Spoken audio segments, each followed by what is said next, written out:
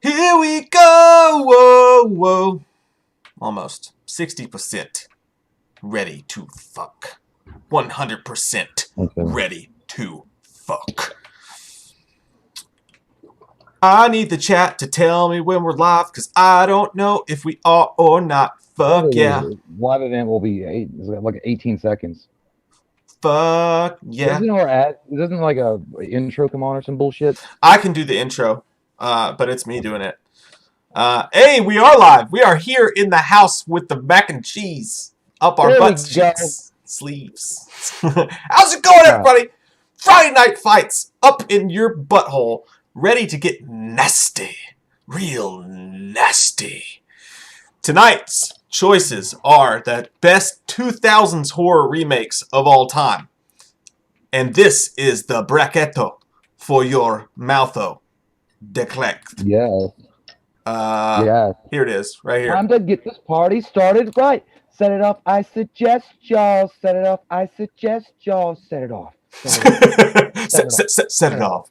Thanks, Lost Boy Bios. Appreciate that. So, guys, we're going to have to get started with the count early tonight because we got a lot of counts to do. No fucking around, Sancho says I.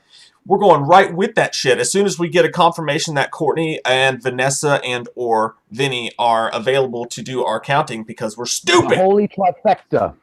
The tripod of greatness. Getting into it. Get inside you. No, the Mount Olympus of Mount Olympus. We are in Delaware. So, Jazz Vasquez just said trash. I don't know what that means, Jazz, but you can jizz on my jazz. You probably talk. If you, I like that picture that you got behind you, Mike. That's exactly what it was like when I was married. This is literally a picture of your house that you were married in. I went and took it. That was 2 years into the shit marriage. That's what it became. It became like a house alive trying to eat my soul. I came by just to get my old sprinkler back. I let him borrow a sprinkler and I never got it back. It's probably fucking evil now. What's up, Scare Bear, Thunderwolf? Scare Bear says, it's party time. And it is party time. Laura, there's going to be a lot of pee-pee breaks tonight. I already have to pee. Mark Down says, I guess I'm a biscuit boy. Let's do that real quick. If this is your first time here tonight, you got to type in all caps, I'm a little biscuit boy. And that way we know. Like when you go to church and they call out the sinning family that's here for the first time all year. You're like, you're fucking new, you sinners. Stand up. That's what we do. So you got to say, I'm a little biscuit boy, all caps, so we can call you out in front of everybody. You new fuckers. What's up, Pantsless Sean? Does Jay sound weird? RTA said sounds like Jay's using the tin can and string tonight. You did sound a little weird when we went on. I just thought maybe it was me because I had new headphones. You got the wrong mic picked. No, possibly. It's the one that you gave me, the blue balls or whatever it's called, the snowball. Snowballs, balls. No, it's got. I mean, it's the same as the settings are the same. Does it say when you click on your microphone in Zoom? Does it say it's using the snowball or is it using a different mic? It just says mic. Yeah, click on that and then it'll show what mic you're using. Oh yeah. Oh, there. That might be better. There we are. We fixed it. I fixed the blue balls, guys. I ejaculated. Fix it, Felix. Now it's good. Oh, we got our first biscuit boys. Kevin Smart says, I'm a little biscuit boy. Butter my biscuits. We're going to slather her on, sexual some bitch. Shelby, the pumpkin queen. That's an awesome name, by the way. Says, I'm a little biscuit girl. Pumpkin. Let's see. Gabe McGowan's a little biscuit boy. B-O-I. Tony Erodadanto is a little biscuit boy. Sadly. Not sadly. It's going to be. We need new people. Ashley is a new biscuit boy. Ashley Landless. Darth Gorira 06 is a little biscuit boy. My name is Peyton. Like he said, I'm a little biscuit boy. My name is Peyton. It's like being really enthusiastic. It's like, I can't wait to fucking join, guys. By the way, my name is Peyton. I'm an Aquarius, and I don't like tofu. The age of Aquarius. Aquarius. Bob Jones is a little buttery biscuit boy. Brian Perry's a little biscuit boy. Joe Valentine's a little biscuit boy. Fuck, we got a lot of little biscuit boys in here. Hot buttermilk biscuits. PhD dude is a little biscuit boy. It's awesome. By the way, Courtney said that him and Vanessa are ready to count and drink, and yeah, count. That means it's gonna be great. We're getting inside of you now. We're ready to go, guys. Let's start the count. I'll explain it. Let me pull it up here real quick for you guys. Big bracket tonight. Big bracket. Big money, no whammies, no whammies. Now, these are all ranked by IMDb score. These are horror remakes of the 2000s. The first one we're going to go with, you got to go with that fourth seed first, get it out of the way. Why not just jump it right the fuck off the gun? We're going to have Halloween. Rob Zombie's Halloween, by the way. Rob Zombie's Halloween. Got to make that fucking clear. Crab himself. Yes, the dirty old fucking. He's a biscuit boy. He smears that shit all over his beard. He's got so many lice that he names them like his children. My God, it's dark. Yeah. So Halloween, Rob Zombie's Halloween versus the Amityville Horror. Ryan Reynolds, glorious abs, running outside in the rain, wearing pajama pants, shirtless. My God, it's wonderful. I think it was just it looked so good. It looked like it was digitized on him. I mean, it didn't look real. We're never gonna look like that, Jay. No matter what the fuck we do. I know. So, for you newbies and you little biscuit boys out there, here's what we're going to do. When I give the call sign, which the call sign's going to be cock-juggling thunder cunt. When I say cock-juggling thunder cunt, you're going to either type number 1 if your vote's Halloween, or you're going to vote number 2 if your vote is the Amityville Horror Remake. Are you ready? And you can't vote more than once, because if you vote more than once, it shall not be counted. All right, guys. Cock-juggling thunder cunt. Vote now. Vote number 1 for Rob Zombie's Halloween. Vote number 2 for the Amityville Horror starring Ryan Reynolds, the beautiful bearded man himself. Jay, which one you like better? I really enjoy Green Lantern for all its faults. I do think that Ryan Reynolds did a great job. They CGI the costume and really led to problems. No, I honestly, fuck, dude. I don't want to be accused of sticking with something that we obviously are known for here. But fuck it, I'm gonna have to go with Halloween. I do like Amityville. I thought the remake was great. It's a really underrated film. Ryan Reynolds rocked the shit out of it, and he made me want to buy like Scott's paper towel, like Scott's. Like he just looked good in that beard. But dude, Halloween. Besides the first 25 minutes of that movie, it's still a solid fucking entry. Yeah. And Rob Zombie, as much as I loathe to give him that much of a praise, because I do think he's. Anyway, I still think it's the superior movie overall. And also they used the Halloween theme in it, which is a badass. I'm going to go the opposite route of you. I'm going to slather on the butter biscuits, and I'm going to say Amityville Horror. And here's why. I actually like Rob Zombie's first Halloween movie. Again, I hate the fact that they gave him a backstory. They made him trailer trash. The whole idea, it goes against the whole idea of what Michael Myers is supposed to be. He's supposed to be just a fucking something that comes out of nothing in a perfect little suburban home. They shit all over that. But that being said, Tyler Mane was great. Danielle Harris coming back was great. Scout Taylor Compton was great. Michael Myers was big, fucking scary. He looked cool. Yeah. I love a lot of things about that movie. Surprisingly, I think it's Rob Zombie's best movie, but surprisingly, I really love that movie. But I'm going to go Amityville Horror here, dude, because I think that the Amityville Horror remake is so fucking underrated, and it doesn't get enough love. And Ryan Reynolds was so good in it, and it actually had some scary parts in it. It was entertaining from fucking start to finish. I cared about the family. I cared what they were going through. And just, again, Ryan Reynolds shirtless. I'm gonna say Amityville Horror, but I think you're right. I think Halloween will win this one, but I do not think that Halloween will survive very long in this bracket. Yeah, I liked, again, the Amityville remake was good. There was something about that dude that played him in the original one. That fucking, dude, when he screaed about, it's tearing me apart. It fucking gave me chill bumps, dude. It was good. That guy gave me chill bumps. And I again, I don't think that Ryan Reynolds was bad in it. I just don't think he lived up to what that guy was able to do. And at least in the remake, even though he became shit later on, the Malcolm McDowell character of Loomis, it was a pretty decent take on Loomis. So that's another one. I also think, dude, when he goes down, when he's like, oh, I'm just so cold. My fucking pecs are so cold. Yeah. He goes down in the basement. Another movie we'll talk about later. When he starts to see the ghosts, behind the walls, the demons, they looked reminded me of 13 Ghosts.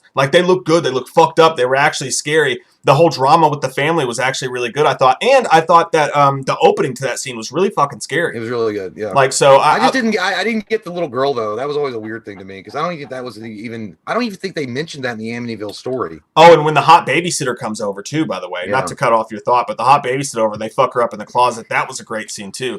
James Brolin, thanks, Robbie. James Brolin, yeah. I mean, he's a great James Brolin. He Thanos this shit. I mean, it doesn't matter.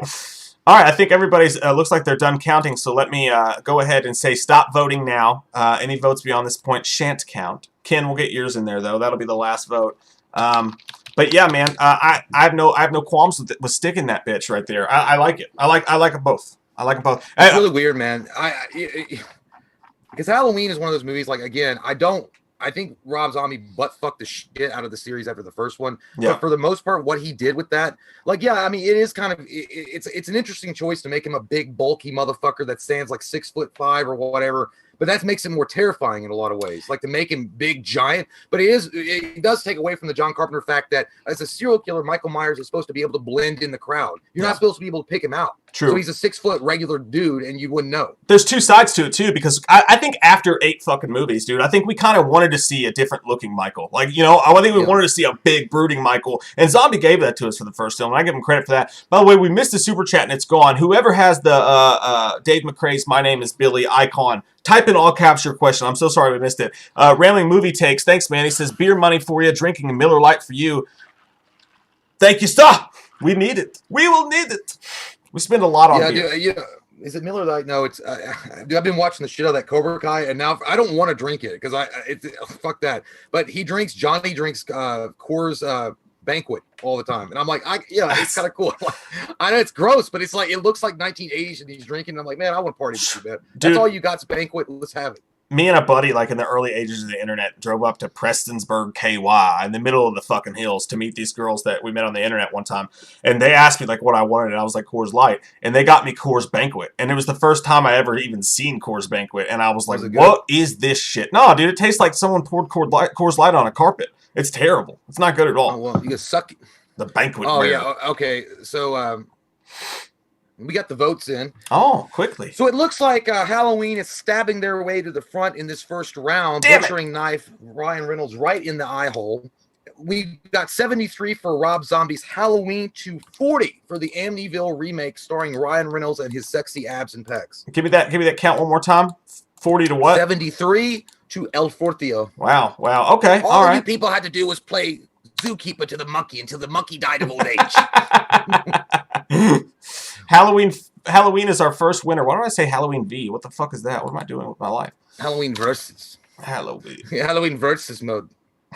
It's like that Udo Kier from that scene that you're talking about. Play zookeeper is like, would you have us do something else?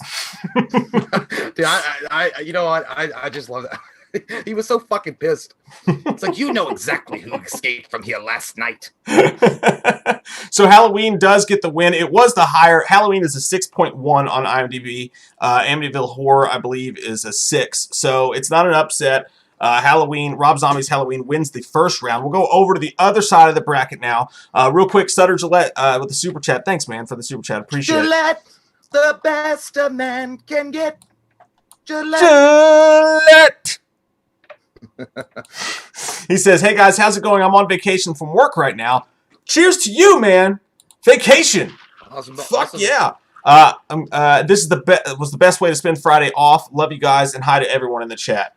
To you, Sutter. You're the fucking man. We love you. Thank you so much, dude. Love you. Man. And I'm going to look and check real quick if the My Name Is Billy icon guy, because I saw it and I didn't mention it. He hasn't said anything yet. Hit us up, dude. I'm sorry, Mr. Super Chat. We'll get it, though. All right, let's go right into the next one, you little biscuit boys and girls. And it's going to be the other side of the bracket. We're going to go with Texas Chainsaw Massacre. Cannot believe that it's so lowly ranked, by the way, on IMDb. It's a 6.2 on IMDb. It's a masterpiece. It's going to go up against The Grudge, which is a 5.9, and one of the scary movies that scare Jay more than anything else. That one scared the fuck out of me. But Jay, what's the call sign going to be for this one? It's going to be strike first, strike hard, no mercy. All right. So if you guys are ready, when Jay says that, you're going to vote number 1 for Texas Chainsaw Massacre, the remake, the Platinum Dunes, the one that started all the Platinum Dunes, versus The Grudge. Jay? Strike first, strike hard, no mercy. All right. Defeat does not exist in this dojo. Vote number 1 for Texas Chainsaw Massacre, the remake. Vote number 2 for The Grudge. Jay, what do you think? Well, I hope The Grudge just goes off a cliff and bursts in fucking flames forever. I hate those herky-jerky bitches. So just on principle alone, I'm going to go with Texas Chainsaw Massacre. But in reality, I would go with the Texas Chainsaw Massacre, the remake, any day of the week. It's fucking phenomenal, dude. And honestly, my brother and I were talking about that earlier. And it really is, dude. If you think of the Texas Chainsaw Massacre, while the original was great and it was awesome, if you think, for me anyway, and my brother, and maybe you, I guess, the Texas Chainsaw Massacre, when I think of it, I think of this movie. Like it instantly pops in my mind. I think of Jessica Alba with her midriff, how sexy she looks. God. She's rocking those jeans. Her ass is big, bubbly, and I want to put my face in it.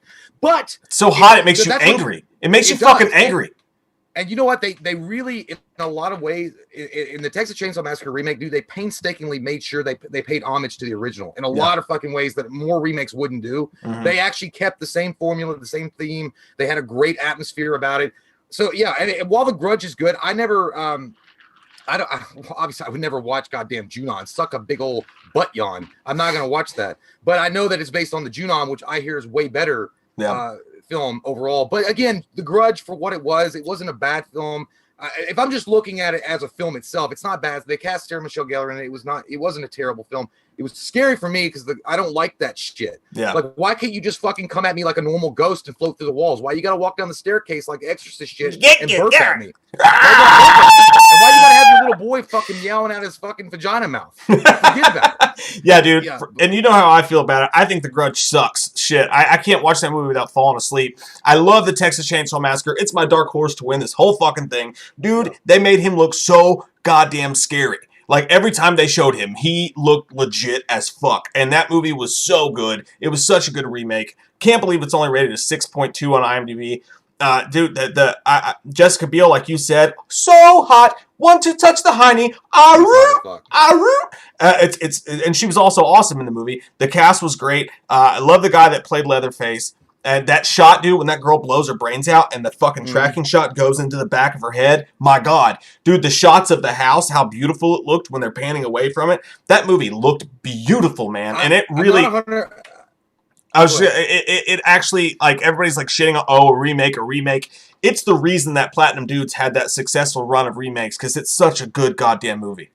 I'm not 100% sure, and I can't remember, but I think I saw that one in the movie theater for some reason. I don't like going to movie theaters. This was way before the channel. Yeah, we saw all these in the movie theater, dude. Yeah, and I was like, oh shit. I went up in there. I remember the opening, and it looked so good. I think somebody, like, I don't think I was with them. They were like, is this based on a real story? Because it looks like real found footage. It looks like those are actually police files. Like, no, you stupid shit. It's not real. But I guess it was so convincing. And it was kind of, when you see it in the theater, and that ting, dude, it's fucking like for sure, man. Craig Phillips, thank you so much, man. Mike, settle a bet for me. I said Blink-182 is a better band than Gorillaz.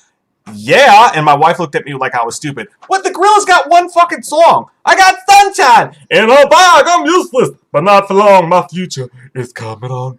It's a great song, but Blink-182 is a fucking classic. Craig, I love you and I love your wife, but you tell her to just.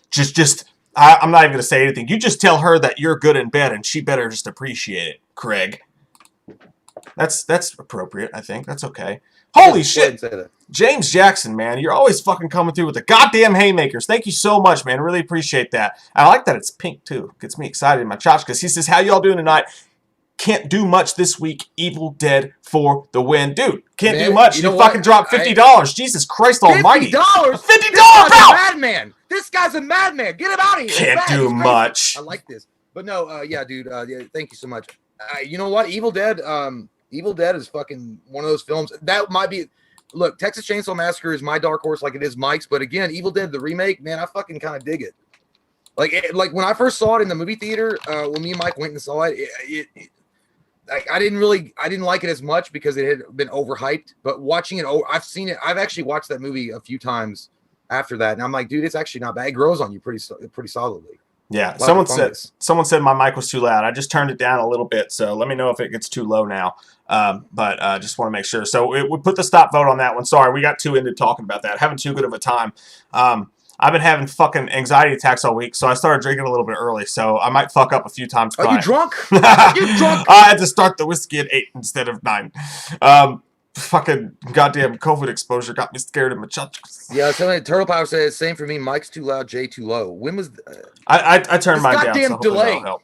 Blood Red Skies, thank you so much. Says that boy Bubba in the Texas remake was a linebacker.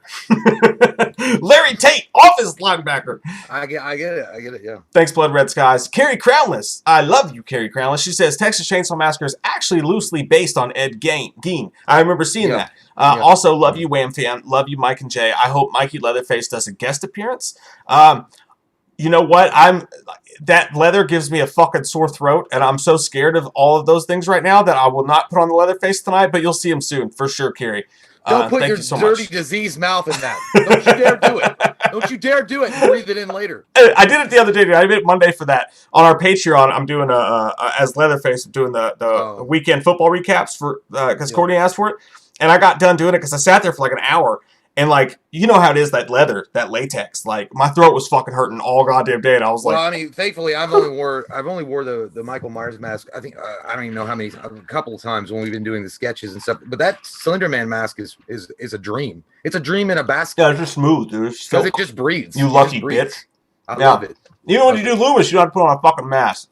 Yeah, but that goddamn tie, eventually, it starts fucking... I don't like that. And then my voice feels like goddamn Rod Stewart... sex with the fucking aardvark in my mouth. I'm in bed later on. My wife, she's like, "You smell like a fucking condom." I'm like, "I know. I'm sorry."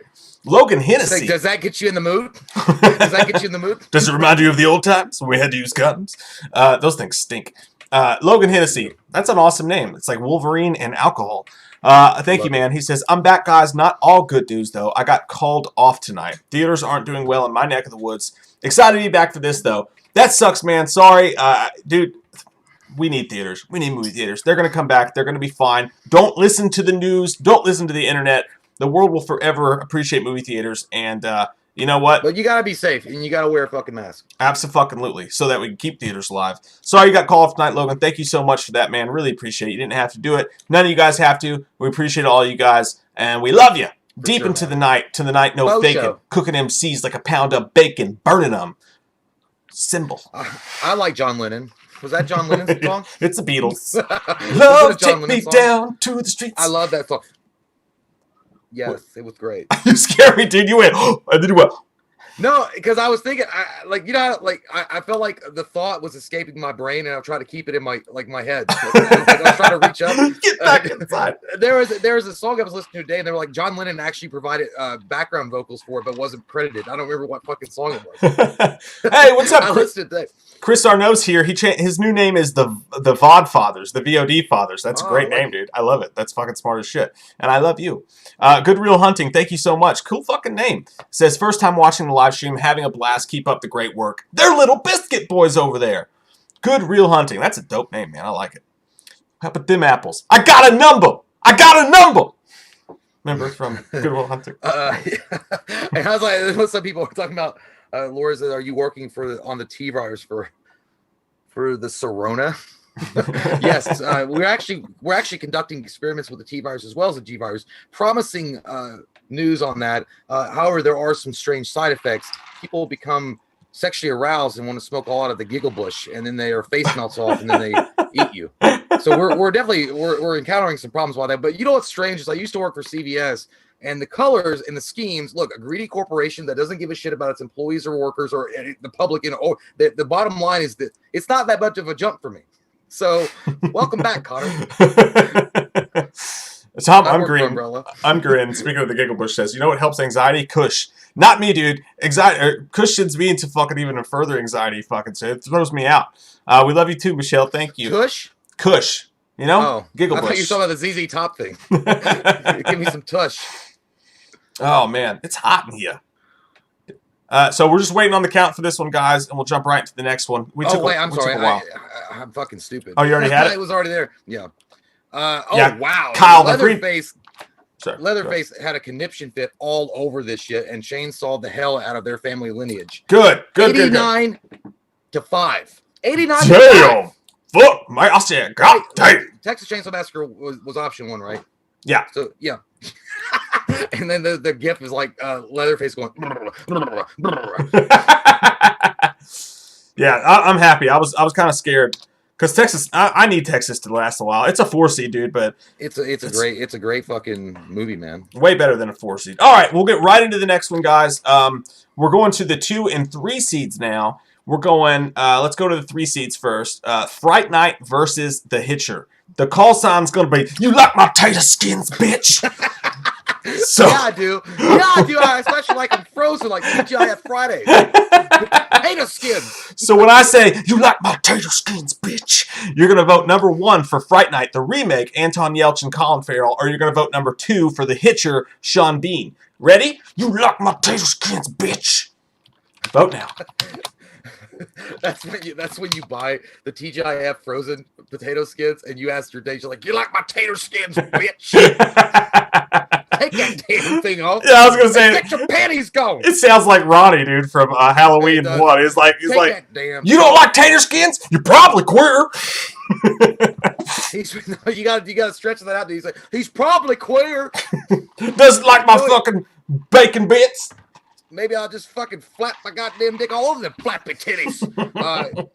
Yeah, dude. On this one, it's pretty. I'm gonna. You know what? I love the Hitcher remake. It's really good. It's really great. No doubt. But dude, there's something about Fright Night with Colin Farrell, man. They captured the '80s essence, and I've already said that before. We've already talked about the Fright Night remake. Colin Farrell is such a great fucking bad guy. He was awesome as the lead. As the main, and I can't remember what was the bad guy, the vampire's name, Reggie. It was something stupid. I can't remember. It's been a while. Whatever, but it was awesome, man. And they had fucking McLovin in it, and Anton Yelchin, who was amazing as the lead guy, and perfectly cast. And even fucking James Franco's little not successful brother Dave was in it as well. Cuter, yes, unsuccessful, but not like James. But anyway, overall, it's a superior movie. Like, it's just, to me, I've literally watched Fright Night, the remake, more times than I've watched the original Fright Night. Yeah, the Fright Night remake is underrated. It's a really good movie. The Hitcher was great. Sean Bean's great. It was a fun movie. It fit right in with these 2000s horror remakes. But for me, I got to go with Fright Night too. It doesn't get enough love. It's way more entertaining, and that's why I go with it. Like, the Hitcher was good, but it was just kind of like, it was like it was just, I don't know, it was a vanilla remake of the thing. As good as Sean Bean was in that movie, but I'm definitely going to go with Fright Night as well, my friend. By the way, I'm just gonna, because somebody said Jerry. Jerry was the vampire's name, which is such not. Jerry is the guy that does your taxes at fucking H&R Block. That was his name in the original too. Yeah, Jerry. He's like, hey, I'm gonna take my taxes over to Jerry, and then maybe we'll go to Applebee's. We might get crazy tonight.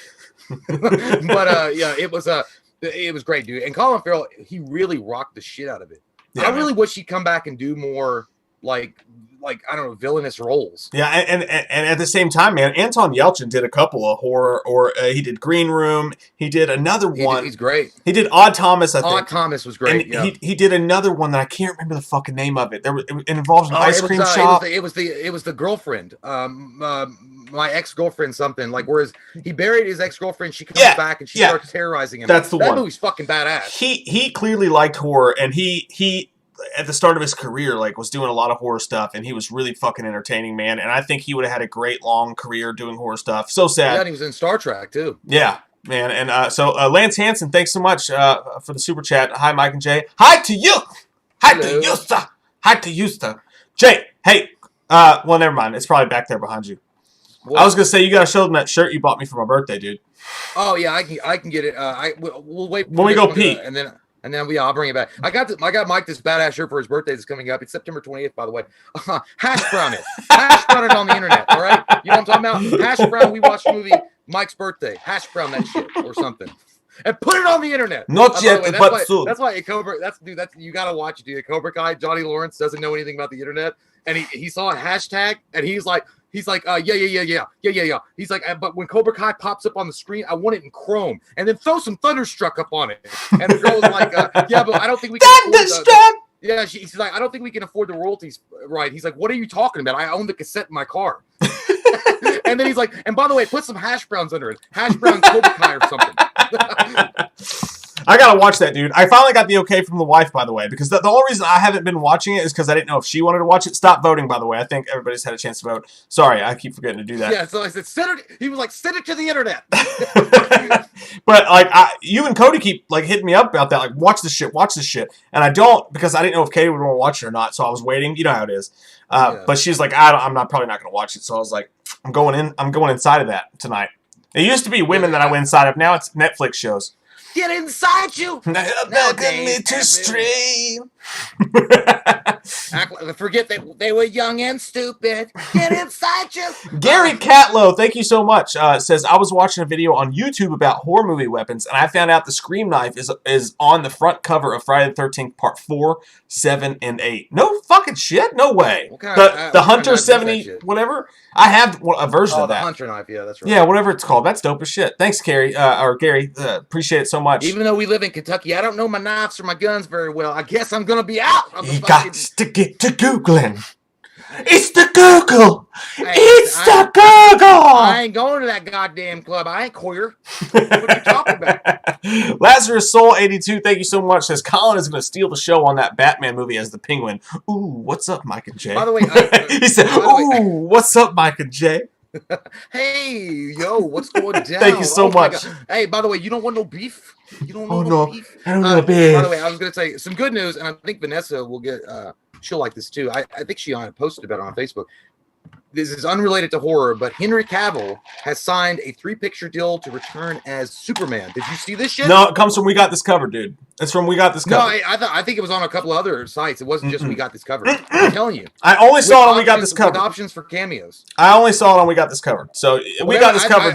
Because it was on, I think it was trending, and I saw it. But I don't know if it's fucking true. We want this to happen, and this is the time to celebrate. Yeah, if that's true, I'll fucking shit my. If that's true, I'll shit my pants. Mark down. Also, in other superhero news, the Batman has resumed filming. Yes, even though Robert Pattinson got struck down with the COVID. Yeah, it has resumed filming. Yeah, which is I don't nice. know if they're like, you're just gonna be like a twinkly Batman. We're just gonna kind of cut out some of your scenes because you can't be in it. I don't know. Maybe they're just filming like the stuff that he's not in yet, and then waiting for him to come back. That's true too. And hopefully he has a speedy recovery, too. Mark Down, thank you so much, man. It says either a new Freddy or a new Jason remake. I'm going to go Freddy on this one because I'm ready for Freddy. I'm just fucking ready for it. I think Freddy Krueger is the way to go. I mean, look, they already went out one time with Jackie Earle Haley, which nothing was wrong with Jackie Earle Haley. It just didn't live up to what they could have done or should have done with that film. I think Freddy Krueger deserves to have something like as powerful and memorable as the Texas Chainsaw Massacre remake or Friday the 13th, in my opinion. I feel like Freddy needs it. And somebody said Christopher Nelson's in the house. If he is, what's up, Chris? Hey, Nelson. How you doing, bro? I don't know why I said that like we were both wearing Letterman jackets and I saw you outside the high school. What's up, Chris? Yeah. Chest bumping, dude. It reminded me of Cobra Kai. It really did. Like, come on, let's get our dirt bikes and go beat up that fucking nerd. Hot tip, guys. Wednesday live stream. Wednesday night, we're gonna be live streaming. We'll have Chris Nelson and Sean on the show talking about their new badass video podcast that they got going on. The Thing with Two Heads. Check it out if you haven't already. But we'll talk about all that on the show on Wednesday. I don't see you there, Chris, but if you're there, I love your butt. What? In more ways than one. We've got our vote in. The results have come in off the presses. It's hot. It's hot. Give it to me, Steven. Option 1 has 87. All right, that's 87. To what? 87. To what? To 27. God damn! Get out of my face. Just get out of my face. Why are you here? Fright night, that's again. This is like when you fought Mr. This is like in Punch Out when you got to Mr. Dream or Mike Tyson. He knocks you out with that link. He goes, get out of my face. I was gonna say Fright Night wins. Wins. Get in my face. So, all right, 3 votes in. We got Halloween Survives against the Amityville Horror. Much to my chagrin. Everybody, I think. Well, Skillum Shatner says, "Mike, Cobra Kai will change your life." It might. I watched that shit back to back, dude. I watched the first 2 seasons. Yeah. And then right away, like the next day, I watched it with April. Like right away, I watched season 1 again, all the way to season. Dude, it's that fucking good. It's that fucking good. All right, I'll watch it. Jesus Christ, leave me alone already. Damn good. I'll watch it. Can we please talk about something else? No, I'm kidding. I will watch it, though. I'm looking forward to it. Maybe I'll watch it tonight if I'm feeling frisky after this. You should. All right, let's go with one more vote before we take a PP break. Get all of our 4 and 3 seeds out of the way. The next one's fucking fun, dude. We got an all Wes Craven remake happening in my butt. God, I hope not. I hope neither. They're gonna stab your urethra. Listen, if you want a movie to happen in your butt, it's neither of these 2 films. You do not want The Hills Have Eyes or The House on Haunted Hill to happen in your butt. By the way, The House on Haunted Hill, I'm a dumbass. Obviously not a Wes Craven film. I was thinking of The Last House on the Left. I got it confused. A lot of houses in these 2000s remakes. But The Hills Have Eyes. House on, there we go. Jay, what's the call sign going to be for this one? For the good people of New Hampshire. Oh, New Hampshire. Well, yeah. Let me see. Okay, I'm gonna do this. I'm gonna do this for old awesome pal Courtney. The call sign is gonna be me only want to be with you. Down. All right. The Slender Man as yeah. All right. So when Jay says I want to be with you, you're either gonna vote number 1 for the Hills Have Eyes remake, Alexander, or you're gonna vote number 2 for the House on Haunted Hill remake. Are you ready, Jay? Me only want to be with you. Vote number 1 for the Hills Have Eyes remake. Vote number 2 for the House on Haunted Hill remake. This is a tough one, dude. This is a tough one. I love both these movies. They're both good remakes. Yeah, I gotta go like right away. Like immediately I went to House on Haunted Hill. Like I love it too much. I love it too much. I know it's not like a lot of people have compared and said it's not as good as the original one. You know, Vincent Price was great. I love House on Haunted Hill, the original. But dude, there was something about this film that captured something about it. The Marilyn Manson, the Sweet Dreams music always comes to mind when the fucking computer turns on by itself and it starts printing out the list. And and you got Chris Kattan's like, give me my goddamn check. I want it. You have it. You have it. I want it. Yeah. So I mean, like there, and then obviously the hotness that is Jean Grey. I can't remember her name. Famke Janssen. Famke Janssen. And then also the chick from Billy Madison and Sonya Blade is in it. Oh, Veronica Vaughn. Yeah. Veronica Vaughn. So hot. This car is green. Mm-hmm. Yeah. So all that shit, dude. Like that movie, and then fucking Vatican when he goes, who needs surgery? It's fucking scary, dude, that face when he goes in the mirror, it's the doctor. He's like, dude, you know what? That part freaked me out. And then the part where the girl's filming it, and then she looks, and then they're in her face going, dude, one time I took a hit off of laced weed when I was like 16. I took a hit off of laced weed, and I went in the bathroom, and I'd seen this movie at that point, and I looked in the mirror, and literally my face was doing that doctor shit from House on Haunted Hill. I looked in the mirror, and it was going, I was like, what the fuck? And I threw up in the toilet. So I said, was this 1999? Oh, shit. Oh, fuck. Was it really? Well, it's only one goddamn year. Give me about 12 months. We're head to toe legit here, my friend. No, The Haunting was 1999. House on Haunted Hill. No, House on Hill was 99. No, I'm going to Google it. I don't believe you. You're a liar. Fuck. Liar whore! Liar whore! Made of lies. By the way, I'm going to go House on... Put a bracket together. By the way, my actual vote is for the Hills Have Eyes on this one, by the way. As much as I love House on Haunted Hill, which was 1999, fuck my ass. I'm sorry. Dude, these brackets are so hard to make. You guys don't understand how much work goes into this shit. We'll let that bitch slide in. Fuck off. Okay?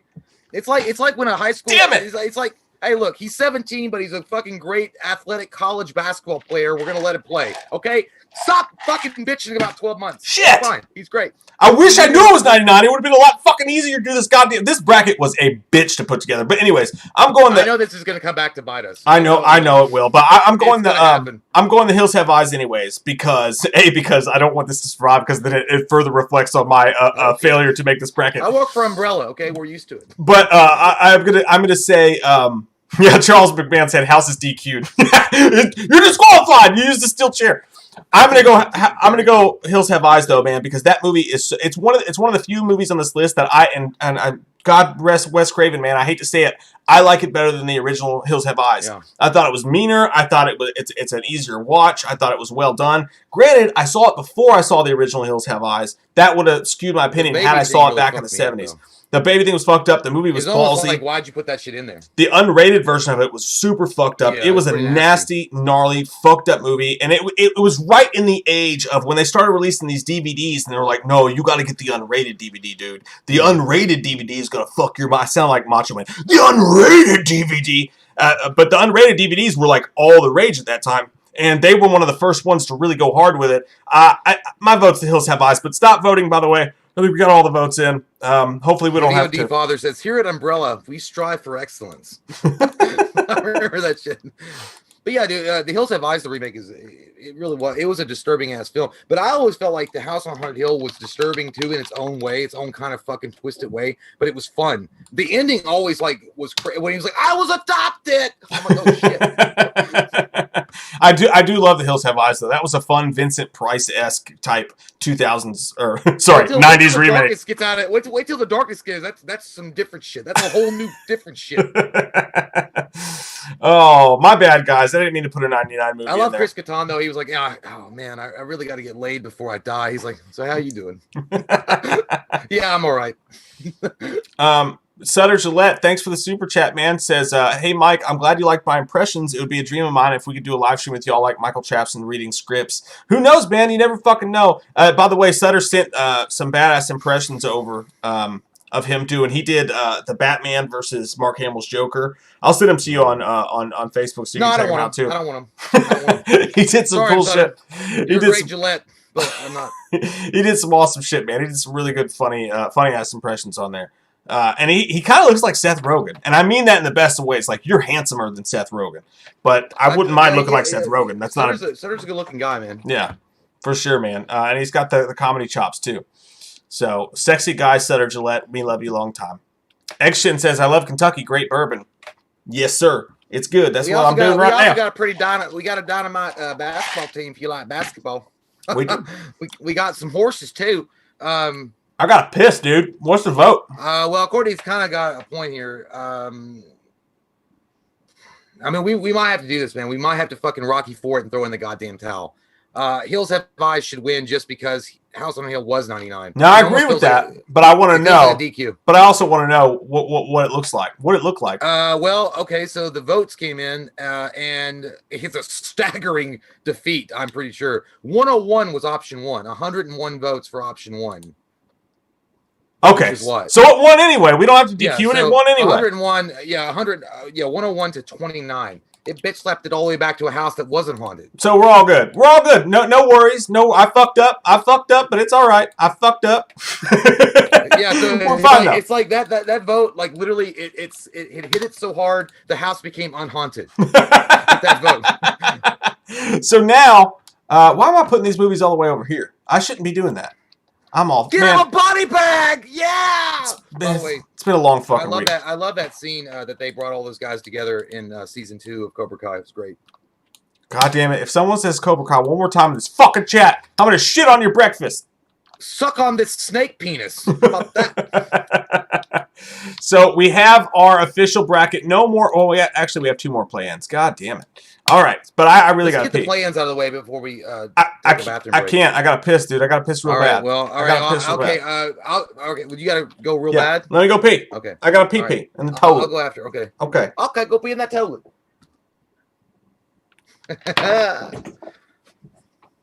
And clean those fucking windows. There's too much cum stain all over it. Those bay windows of Amityville.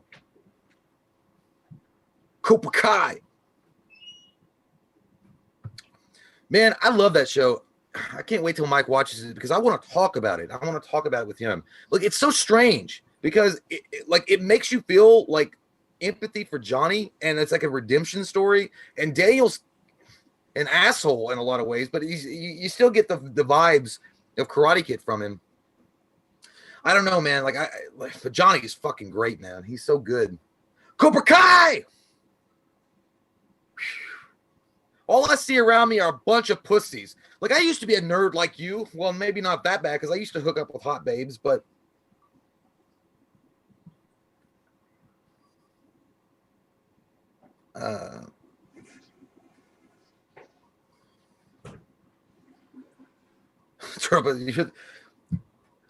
You the best around. He said, Jay, you're the best around. Thank you so much. That's really nice of you.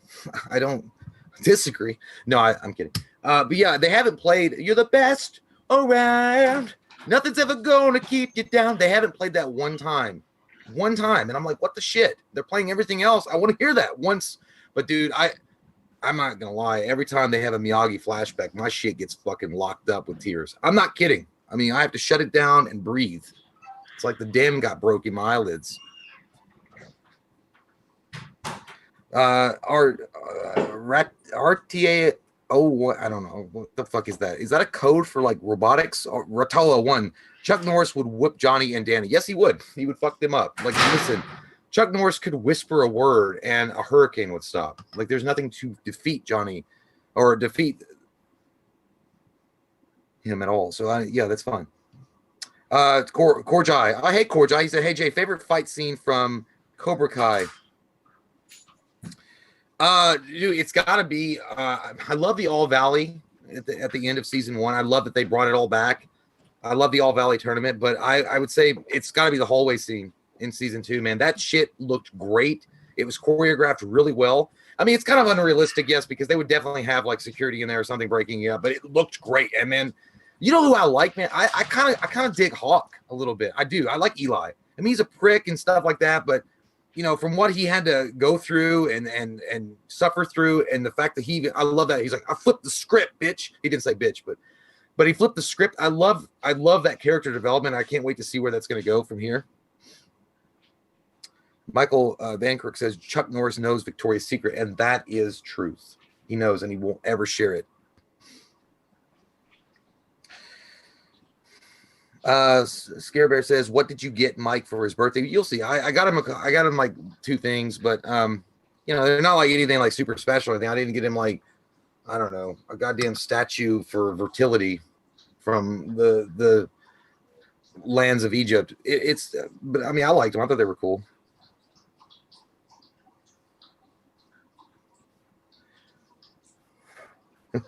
Courtney, thank you so much for the $5 donation. He says, we worried, Mike. The mistake you made proves you don't drink enough. Drink more, damn it. Mike is toasted. I don't know when. He said about 8 o'clock, so. Fat Pat says he likes Diaz. Diaz is pretty cool. Miguel is not bad at all. I do like him. Korjai, Stingray is fucking great. I love Stingray.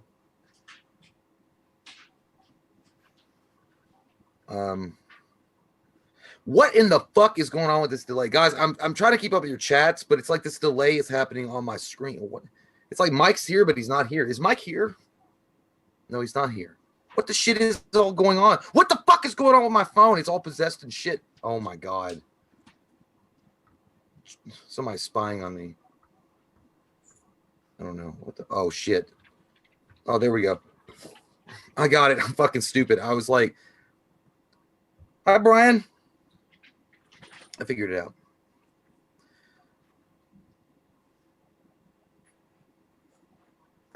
David King Jay, working on an oil painting of you and Mike. How do I get that to you, man? That's awesome. I hope it looks like the Ghostbusters 2 at the end when they're like all around. Like, I don't know. You just go to wewatchedmovie2@gmail.com and send that through that. And also, if you go to the bottom of this video, it's got the PO box and stuff like that as well. The email is if you want. No, I'm stupid. That's Ashley says you haunted Jay. It better not happen. I'm not ready for that. But then again, I am learning Cobra Kai. Okay, I'm gonna strike first. I'm gonna strike hard, and I'm gonna exercise your ass back to hell. Danny says, I love you too, Danny. Action says, come on, Jay, catch up. Catch up with what? I'm trying, Action. Can you go back to Big Trouble in Little China? I think they miss you there. Look out behind. Weed Eater, I don't trust you. You said look out behind me. Sorry about that. There was a super chat for you. I got it already, though. It was for Courtney, or from Courtney. He said he had said that you're not drunk enough. And the mistakes you made proves you don't drink enough. I got some problems. That's not one of them, Courtney. Okay, in there. Thank you, man. Appreciate it. All right, so I'll be right back. I gotta go piss, and then I'll get your gift so they can see it. Yeah. All right. Yeah, man. Happy pee-pee times. Oh, shit. I thought that said Mike is black. I'm like, I am not. It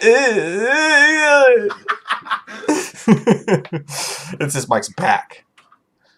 Mike is back. All right. Speaking of the Backstreet Boys, if you guys don't know, we're going to be hosting on October the 1st the Merkins live stream where they're going to be doing acoustic performances. They're going to be debuting their new video early for everybody who buys tickets to the concert. And Jay and I are going to be hosting it. We're going to be in and out of that bitch. So definitely go to the Merkins, check out that shit, because it's going to be a fun night in Texas for everybody. But, yeah, it's going to be fun. Lord have mighty. It's been a couple weeks, guys. What's everybody drinking tonight, by the way? I got to know. So we got to say, hey, Red Lobster has Mountain Dew margaritas, be forewarned. I saw that shit. It's called like the Mountain Dew Garita or some shit like that. Wild. I don't even drink. Well, no, I'll have a margarita from time to time if I'm feeling rowdy. But I would try that. But Red Lobster, man, like it can be so good, but it can be so disappointing because it's so expensive. It just depends on what day of the week you go there. Shoo. What's up, Chicks Rule? Golden Fell said, "Men do." Thanks, Ken. Yeah, I love this shirt, man. It says "Death by Pizza." My wife ordered them. There's another one that says something like "Empathy's rad," and it's got like a skeleton giving a middle finger. It's dope as shit. They got cool shirts, man. Jaeger Bomb says Scare Bear. Holy fuck, dude, you're getting crazy. Lee Bant's Bloody Valentine just didn't have a high enough IMDb ranking to even make it. I would have had that in there, but it couldn't even make the list, and it's a long list. Long Island for Blair Heartless, Coke for Orlando, a lot of beer for Joe, hot chocolate for JT Customs, respect, doesn't have to be alcohol. Diet Down Poo and one Diet Down Poo. I'm a fucking mess. Diet Down Do. Dr. Pepper, whatever the fuck he's drinking. Fat Pat's drinking Kentucky bourbon. Me as well, my friend. Of course, Banquet for Skill. Just kidding, Pepsi. JB and Coke Zero for Dirty D. She's on that Kurt Russell shit. Frozen Mocha for Tom Munger. You're going to be up late, son. Todd with the brewskis. What else? Crown and Coke for Good Real Hunting. That's some good stuff. Darth's 14. So, yeah, you definitely do not drink any alcohol, Darth. It's illegal. Jack and Coke on vacation for Sutter. Respect. That's the way to do it. Baja Blast for Chrissy. That's good shit. I can only drink the diet, though. But I do love the diet Baja Blast. Robbie, message me on something. I can't remember where the tea's from right now, but I'll find out and tell you. Cheyenne is on coffee. You're going to be up late tonight, too. Good old Wild Turkey on the rocks for Egg Shin. That shit'll get you. It'll get you. First show we ever played, we drank a bunch of Wild Turkey, and that did not end well. Granny's Peach Tea for Skill. Ethan's on that root beer. Brian, I didn't mind the Bloody Valentine remake. I thought it was fun. Vodka and cranberry for Missy. That's my wife's drink of choice. I used to drink that from time to time. Watermelon vodka for Pots. Ew, that sounds gross. But I hope you're enjoying it. Hopefully you're mixing it with something. Straight watermelon vodka. Holla. Glenn's drinking a Fat Russell Crowe. I can't picture what that would be like. Shinerbach for Big Tex out on the porch. Well to go. Charles, Carrie could have made the list. I just didn't feel like it was. I don't know, man. It's just there's like 2 Carrie remakes too. It didn't seem that fun. Could have made the list, but you're right. Probably should have replaced House on Haunted Hill since I fucked that up. Killing jokes on that Giggle Bush. Robbie says last week was your birthday. Happy birthday to Robbie, everybody. Aviation Gin for Charles. He's drinking that Ryan Reynolds shit. Never Too Much Horror. I have an Xbox, so does Jay, but I'm thinking about getting the PlayStation this time around. It's been a while. I haven't had a PlayStation since PlayStation 2. Lex Green, thanks so much. Says, happy birthday, Mike. Mine was last week. Legends are born in September. Yes, sir. Happy birthday to you, Lex, and thank you so much for the super chat. Milk to strengthen Brandon's skeleton. It's good for you, man.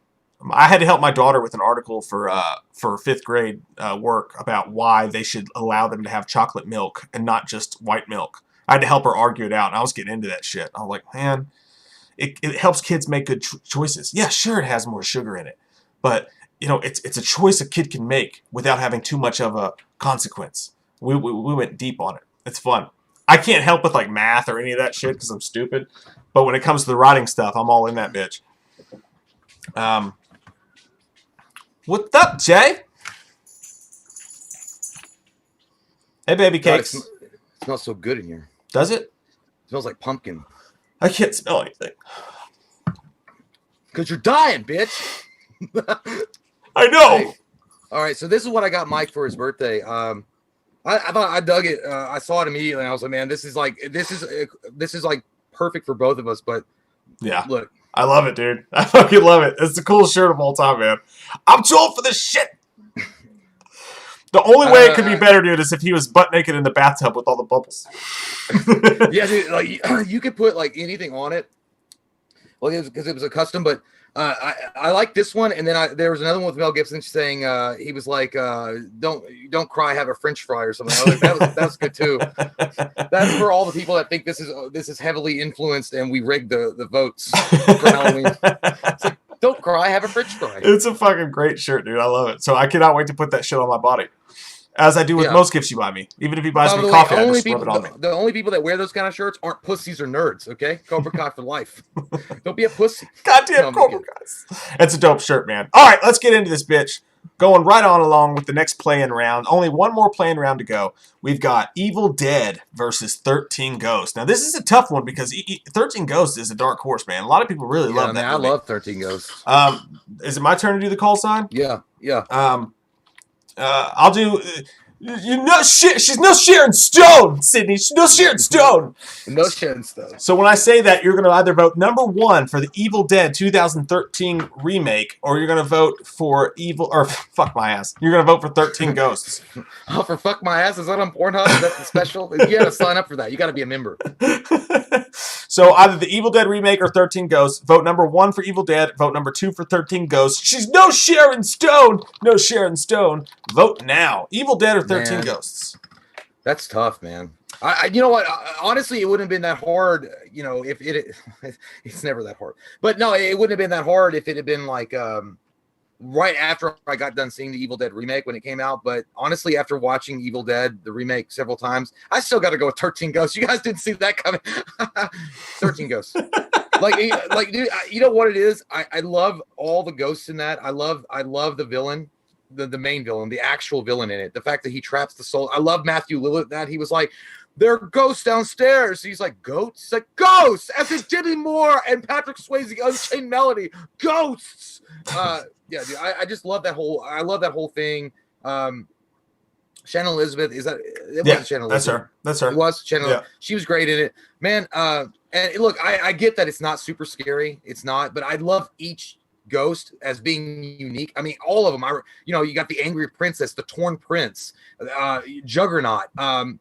All these guys, man, it was great. The withered mother and the child or whatever, dude, it was fucking amazing. And the fact that when you find out what the 13th ghost is, I was like, Jesus Christo, thank you. He's like, yeah, they just like to wait till you get to the glass and they go give you a big fat booyah.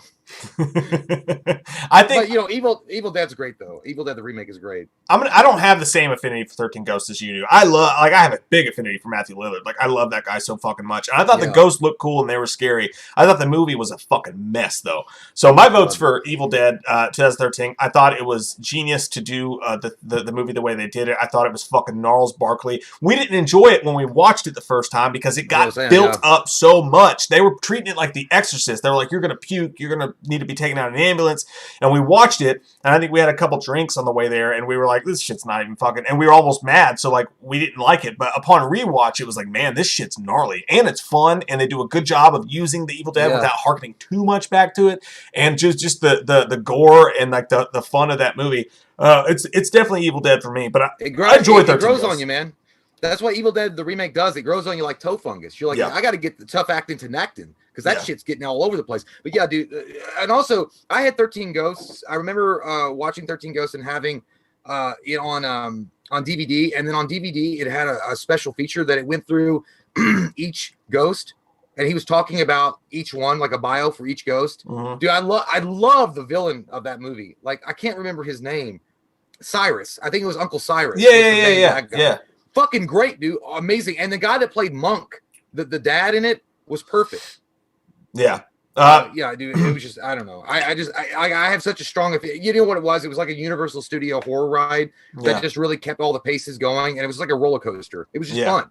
Fun. I love that movie because the ghost and because of Matthew Lillard, for sure. Carrie Crownless says, thank you, Carrie. She says, Matthew Lillard, mic drop, that is all. I get it. Guys, I want so badly to get Matthew Lillard on this fucking show. That would be so fun, man. I'd love to talk to him. That would be so rad. One day, maybe. James Jackson, dude, thank you so much. Dude, really appreciate it. He says, Mike and Jay, who's your favorite ghost in 13 Ghosts?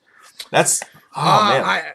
It's got to be, dude, honestly, it's got to be, I have an affinity for the Torn Prince. I just think he's cool looking. Like the fact that he had a baseball, half his body's burnt. But I think the Jackal is fucking scary, dude. The fact that he goes down the hallway with his fucking with the cage on his head. The guy with the cage on his head. Yeah, that was a good one and like too. he starts hitting Shannon Elizabeth on the back or a monk, or he starts hitting the guy. Dude, he's fucking scary. He's got like torn ribbons of the straitjacket that he broke out of, and then he runs down the hall like a meth head looking for his next fix. Like he basically looks like a bum at 7-Eleven running down cars trying to get $2. Like he's like, but he's cool, man. Like I would say him. But the hammer's really cool too. The hammer's awesome. It's been a while since I've seen it, but what's the chick that's in the bathtub with all the cuts all over and shit like that? The Angry Princess. Yeah, she I think it was the Angry Princess because there was another one that had the broken neck that her boyfriend. I'm not sure if that's the Angry Princess. But she's the one that fucked me up, man. Like she fucked me up. The story behind her is badass too because they were like she was so obsessed with her body that she wanted to keep on doing like augmentations and things like that. She started cutting her own fucking body. Yeah. That's not fucking scary. God damn, they got Paris Hilton in this movie. You know what? I would be down for, dude. I would be down for a 13 Ghosts remake. I would be down if they brought back brought back Matthew Lillard and they fixed some of the issues, the obvious issues that movie had. I think it's one that could do well with a remake. All right, I'm gonna say stop voting. Now it looks like we've all had a good chance to vote. I would. You know what? I'd like to see a sequel because you remember in dude, it was bad. Like Matthew Lillard was kind of still, well, he was. I mean, he was a ghost at the end of the movie. Spoiler alert, by the way, if you haven't seen it. But when he was like, "You're the 13 Ghost," and he helps out Monk, and then they escape. But that house is still there. Well, all the ghosts get let out, so I guess technically there really wouldn't be a sequel. I don't know, man, but they're all great. All the ghosts are awesome. Yeah, dude. And again, like I don't mean to throw shade at the movie. I wish it could have been better. It's a movie that does need a remake because they could have done it so much better. And again, I say remake it. Don't do a sequel. Cast Matthew Lillard as the exact same role. He could still pull that shit off. Jonathan Mann, thanks so much, man. He says, what would y'all think about a Scream prequel? The story would be based on Cotton, Billy, and Disney's mom. Also, have you seen the Evil Dead prequel? The Evil Dead prequel. I don't. I've only seen. I've seen all the Evil Dead stuff. I saw Ash versus Evil Dead. I didn't know there was any other Evil Dead. I'm not sure what your references with what you're referencing with the Evil Dead prequel, but a Scream prequel based. So you'd have Cotton, Billy, and he said Disney. I think it's Sydney's mom. Based on, but only if they could find a way to make other kills, because technically there's only one kill there that would happen, right? So you can't really base the whole movie around that. Well, no, I guess they could. I guess they could if they did a prequel with Evil Dead. I guess it could be following the Professor. I'm sorry. I was thinking about it because he said prequel. Yeah. Scream. I don't know about Scream. I think Scream is pretty solid the way that it is. If you do a prequel with Cotton and shit. Yeah. And then you're gonna have feels too drama. It feels too drama centric. And you're gonna have somebody play Matthew Lillard and Skeet Ulrich, and then it's just not. It's gonna have that fucking Han Solo feel to it, like where someone's pretending to be somebody they're not. Yeah, and then not to mention the fact that they're going to have to address the fact that, the fact that Billy Loomis's mother or father, or whatever, was cheating on. Yeah, on his. I was like, story-wise, it feels like Beverly Hills 90210. Scream. You know how I would be cool with that is if they ever did a Scream TV series on Netflix and they actually did it based on Scream, not that fucking booga shit we got. But if they actually did it and they started a little bit early, and then those characters could continue to be Billy, so that would make sense. JD, thank you so much. Says enjoying the show. Drinking whiskey straight and smoking some good herb. He didn't say herb. Damn, you know he's listening to Kid Rock right about My name is Kid.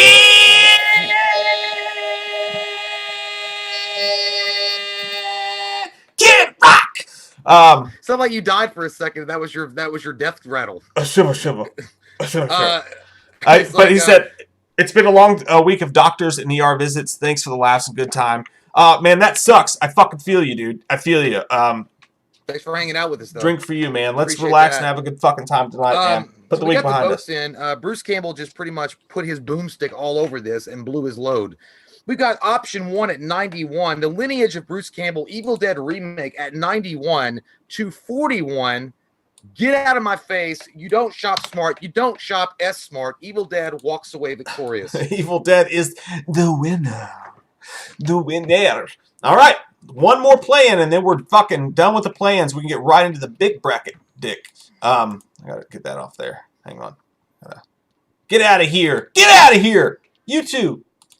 Somebody, Craig Phillips says, Mike and Jay, Matthew Lillard will be on Chris and Sean's podcast. I think he's one of Sean's clients. That's pretty cool. That's fucking great, dope. man. Yeah, that would be dope. I'm gonna hit them up about that and be like, can you just give them a card? Look, we really love Scooby-Doo. Give them a card. What do you mean? We need it. I need this. All right, so the next one, Jay, it's your turn for the call sign. What's the call sign going to be here? I think the call sign will be "Do not disassemble Stephanie." All right, Short circuit. So when Jay says that, you're gonna vote number 1 for the Wes Craven remake of the Wes Craven classic, The Last House on the Left, or you're gonna vote number 2 for the 2009 Friday the 13th reboot. Are you ready, Jay? No.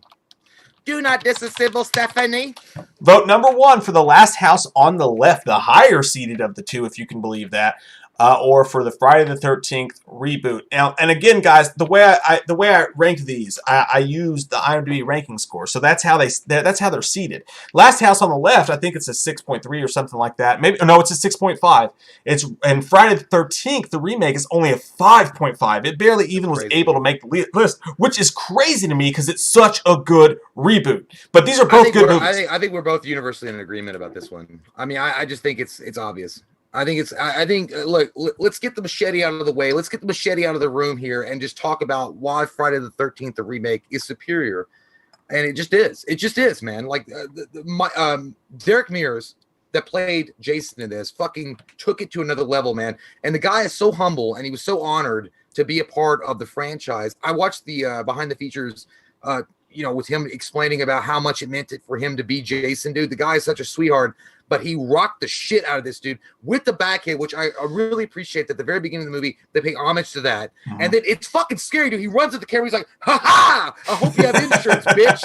And like, it looks, and then immediately, by the way, they do a great job of not having to rehash or retell the entire Friday the 13th story, which I was afraid they were going to do. Like, look, the original movie is great. Pamela Voorhees, all that good stuff. It's awesome. But once you've seen it, once that's out in the open, it's not as fun anymore. You want to see Jason Voorhees. You want to see him take some shit down, and they do that immediately. They take him from the back end, then they get him to the mask, and then he whoops ass. And also, they make him like a fucking mountain man, dude. He lives off the land.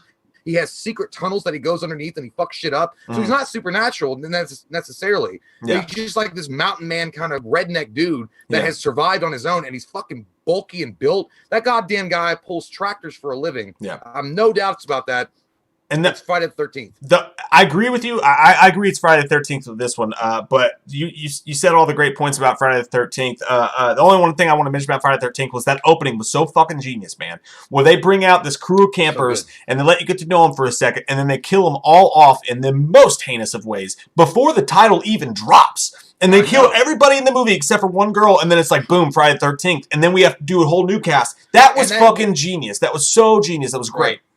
But the way they run up to the camera and it slices up, and then it just cuts to front. Dude, that's genius as shit. It was great, man. It was amazing, and that movie does not get enough love. But I do want to throw some love to Last House on the Left. I don't think it has a chance in fuck here, even though it's the higher seed. I watched it again today for the first time since the theaters, and Last House on the Left remake is a good movie, man. Like it's really cool how they take the dad, and his daughter's been, if you haven't seen, his daughter's been raped. Her friend's been killed. They find out that these people that they're giving shelter to are the ones that did it, and he goes through and he massacres these people. Jesse from Breaking Bad's in that shit. He gets a most heinous death. Not only do they shove his hand in the dish the dish thing that grinds people's fucking shit. The dish thing. The dish grinder. Yeah, they choke. They drown him in the sink. Dish grinder sounds like a Cenobite. Put his hand in the dish grinder. He's singing, and then he puts a hammer in the back of his head.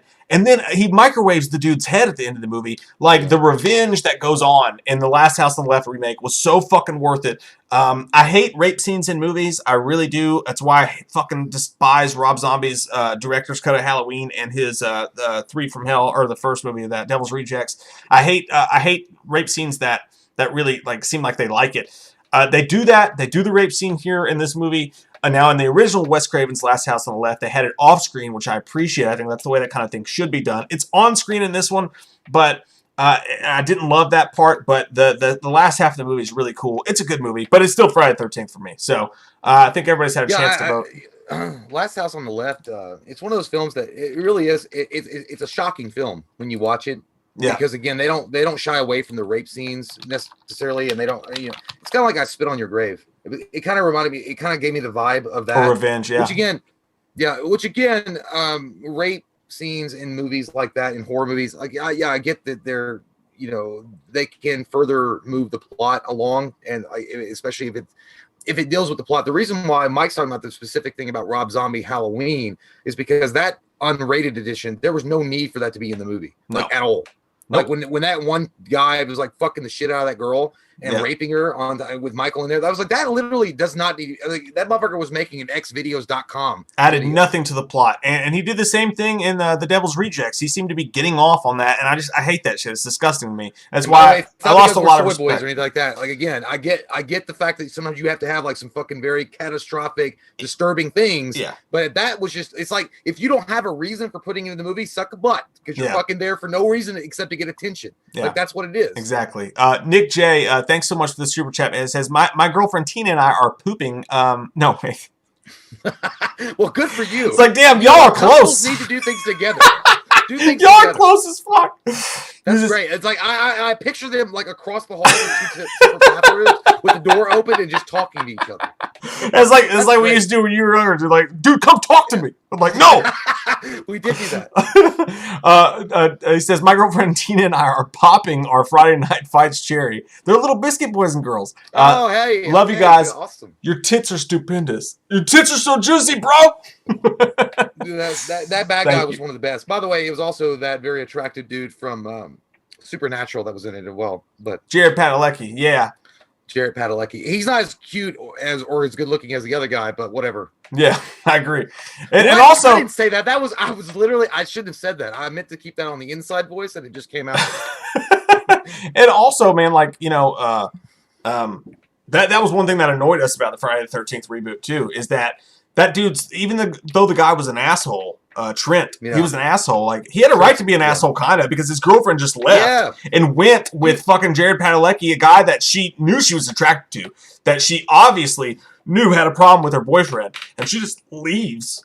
Yeah, it's kind of like, just leave it alone, dude. Like, can you give me 5 fucking minutes to make up to my girlfriend so I can have some like fun sex without you fucking butting in? I know that you have hair that's great and it looks like you use Perk Plus on the daily, but can you leave me alone? God damn, it pisses you off. Oh, we got to vote? Yeah. I remember we did that commentary though. We were doing it with your wife Katie, and you got mad because she like has a thing for Jared Padalecki. Yeah. Well, that wasn't why I got mad. I got mad because of what I just said. Like, I was like, I know, but it pisses you off when your significant other's like, well, I think he's kind of attractive though. Like, I don't give a fuck. His insides are garbage. Go watch our commentary for Friday the 13th, 2009, and you'll get the whole gist of that. It was pretty funny. Iron Wolf says it right. Trent was the perfect douche. He was the perfect douche. Yeah. He's a good character, man, in the movie for sure. Wrapped up like a douche, another douchey in the night. Dude, I remember we made that joke once in a video. We're like, wrapped up like a douche, and some guy was like, "You fucking idiots! It's not wrapped up like a douche. It's not the lyric. Take music seriously." Like, I give a fuck. Suck my fucking asshole. I don't give a shit. It's a fucking song from the 80s or 70s. Or Charles whatever. was with me on that commentary. Thanks, Charles. I think you were too. Okay, Jay. we got the oh shit, Cordy. I'm so sorry, man. Like, I don't have the alerts turned on, so it doesn't do that. Bum bum bum bum bum bum. Okay, so we got the results. Holy shit, dude. What happened, Charles? Well, what happened is Jason came out of the underground tunnels, took them down, butt-fucked their corpse, and then hung them up and said, never again. So, oh my God, this is crazy. Okay, so option 1 has a totality of 15. Damn. 15 votes, ladies and gentlemen. 15 to 134. Friday the 13th. 100. Yeah. Wins big. 134. That's big, dude. Big. Holy shit. Yeah, Friday the 13th wins. Huge. So it becomes the 2 seed with the upset. And now we have our full-on Friday Night Fights bracket ready to take action, Steven. Jay, which one should we go with? Let's go with... Is it my turn? I thought it was your turn. No, it's my turn, but I was just thinking, I just said your name because I like to sometimes. I'm like, yeah, Jay. that's nice. Thanks. I like that. I'm gonna remember that when I'm having sex next time. Let's go with The Ring. 1 seed, The Ring versus 4 seed, Rob Zombie's Halloween. Oh my God, it's gonna be crazy. I like how Furball said, ooh la la. It reminds me of Back to the Future. Ooh la la. Ooh la Ooh la la. la. All right, guys. So when I say never gonna give you up, never gonna fuck your butt, that's when you're gonna vote number 1 for The Ring, or you're gonna vote number 2 for Rob Zombie's Halloween. Now remember, this is Rob Zombie's Halloween, not John Carpenter classic. Oh man. All right, if you guys are ready, never gonna give you up. Never gonna fuck your butt. Never gonna reach around and grab your dick butt. Vote now. Vote number 1 for The Ring, or vote number 2 for Rob Zombie's Halloween. Dude, it's The Ring. I'm sorry, it's the fucking Ring. It's The Ring. Kai? Mike. What? Oh, there you are. Jesus Christ, dude, you froze like you were in freeze frame. Because you're like, this is your image, dude. On my screen. You froze just like that. Dude, it's definitely The Ring for me. Like, I like Rob Zombie's Halloween. We already talked about the problems with it or whatever. But The Ring is one of the few movies in my adult life, or semi-adult life, semi-charm kind of life, dude, that I walked out of the movie theater and it was still daylight outside and I was scared to walk to my car. The Ring fucking scared the shit out of me. It's a classic, man. And I'm talking about the remake as a classic. Yeah. Fucking great movie. When I watched The Ring, it felt like Thor's hammer Mjolnir had taken root in my butthole and launched a lightning attack at my taint and my fucking confidence because I was scared to shit. Dude, that movie to this day still scares me. If I saw a commercial for it, if I saw that it was on TV or whatever, I would immediately try to change the channel as quickly as I could because that bitch scared the fuck out of me. Fuck me up, dude. Yeah. I don't like her. I don't like it. Get it out of my face. I don't like it. Remove it. That's why I want to pick Halloween, just because but you know, if you're gonna look at the overall movie, what's more powerful? What do you remember more? I got to give it to The Ring in this one. I really do. Look, and it's not because I don't love Michael Myers and Halloween. Obviously, this is a channel built on Halloween, right, guys?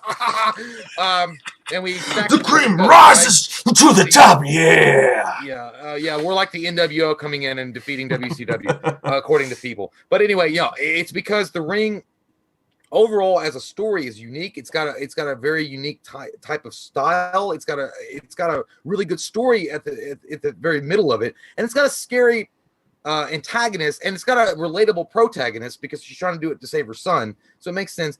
But that shit fucking scared. That goddamn VHS blockbuster video where it's all scraggly looking and she's brushing her hair. I'm like, bitch, it's nasty. Dude. I don't want to see all that. And then fuck it. And the very opening scene, let me tell you what, the very opening scene got me, dude. The very, very first that movie. The closet scene? It goes, and then she goes, Dude, I was on a date. I was on a date then, and I thought it was going to be another bullshit, like nothing kind of throwaway film. Yeah. And I went in there. You know who I was with, but I was in there with a fucking ex-Latilla. She was actually more like the ring girl. But I was in there.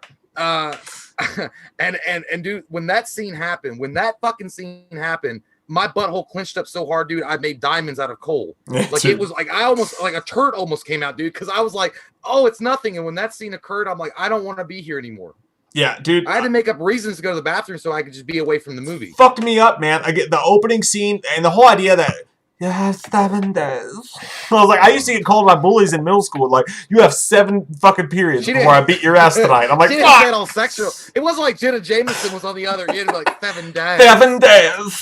That was fucking calculating. Yeah, no, and then like, dude, the horse jumping off the ledge fucked me up too, because that horse is when I was a kid.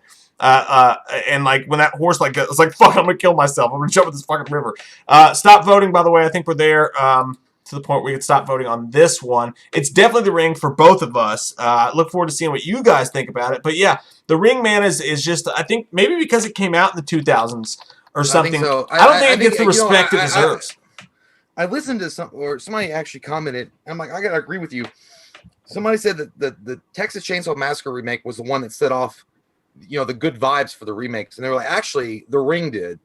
Well, a lot of people just don't, you know, because Ringu came out in Japan, but nobody knew about it. I see both sides of that because they're two different remakes. Again, like The Ring was a different kind of remake than the Texas Chainsaw Massacre. So yeah, Texas Chainsaw Massacre did set off that kind of remake. I think overall commercial success, it'd be The Ring. I think commercially, Saw it The Ring twice in the probably theaters, killed it. man. Saw it twice in the theaters. I saw it once, and I was like, "That's enough." And if I ever get you on DVD, I will bury you 6 feet under, and I will never speak of you again. Had a badass VHS case too, that like clear shit. Joshua Tabak, thanks, man. He says, which horror movie trope drives you crazy that it is a thing, and drives you crazy that is a thing, and which trope do you love and look forward to, regardless of how played out it may be?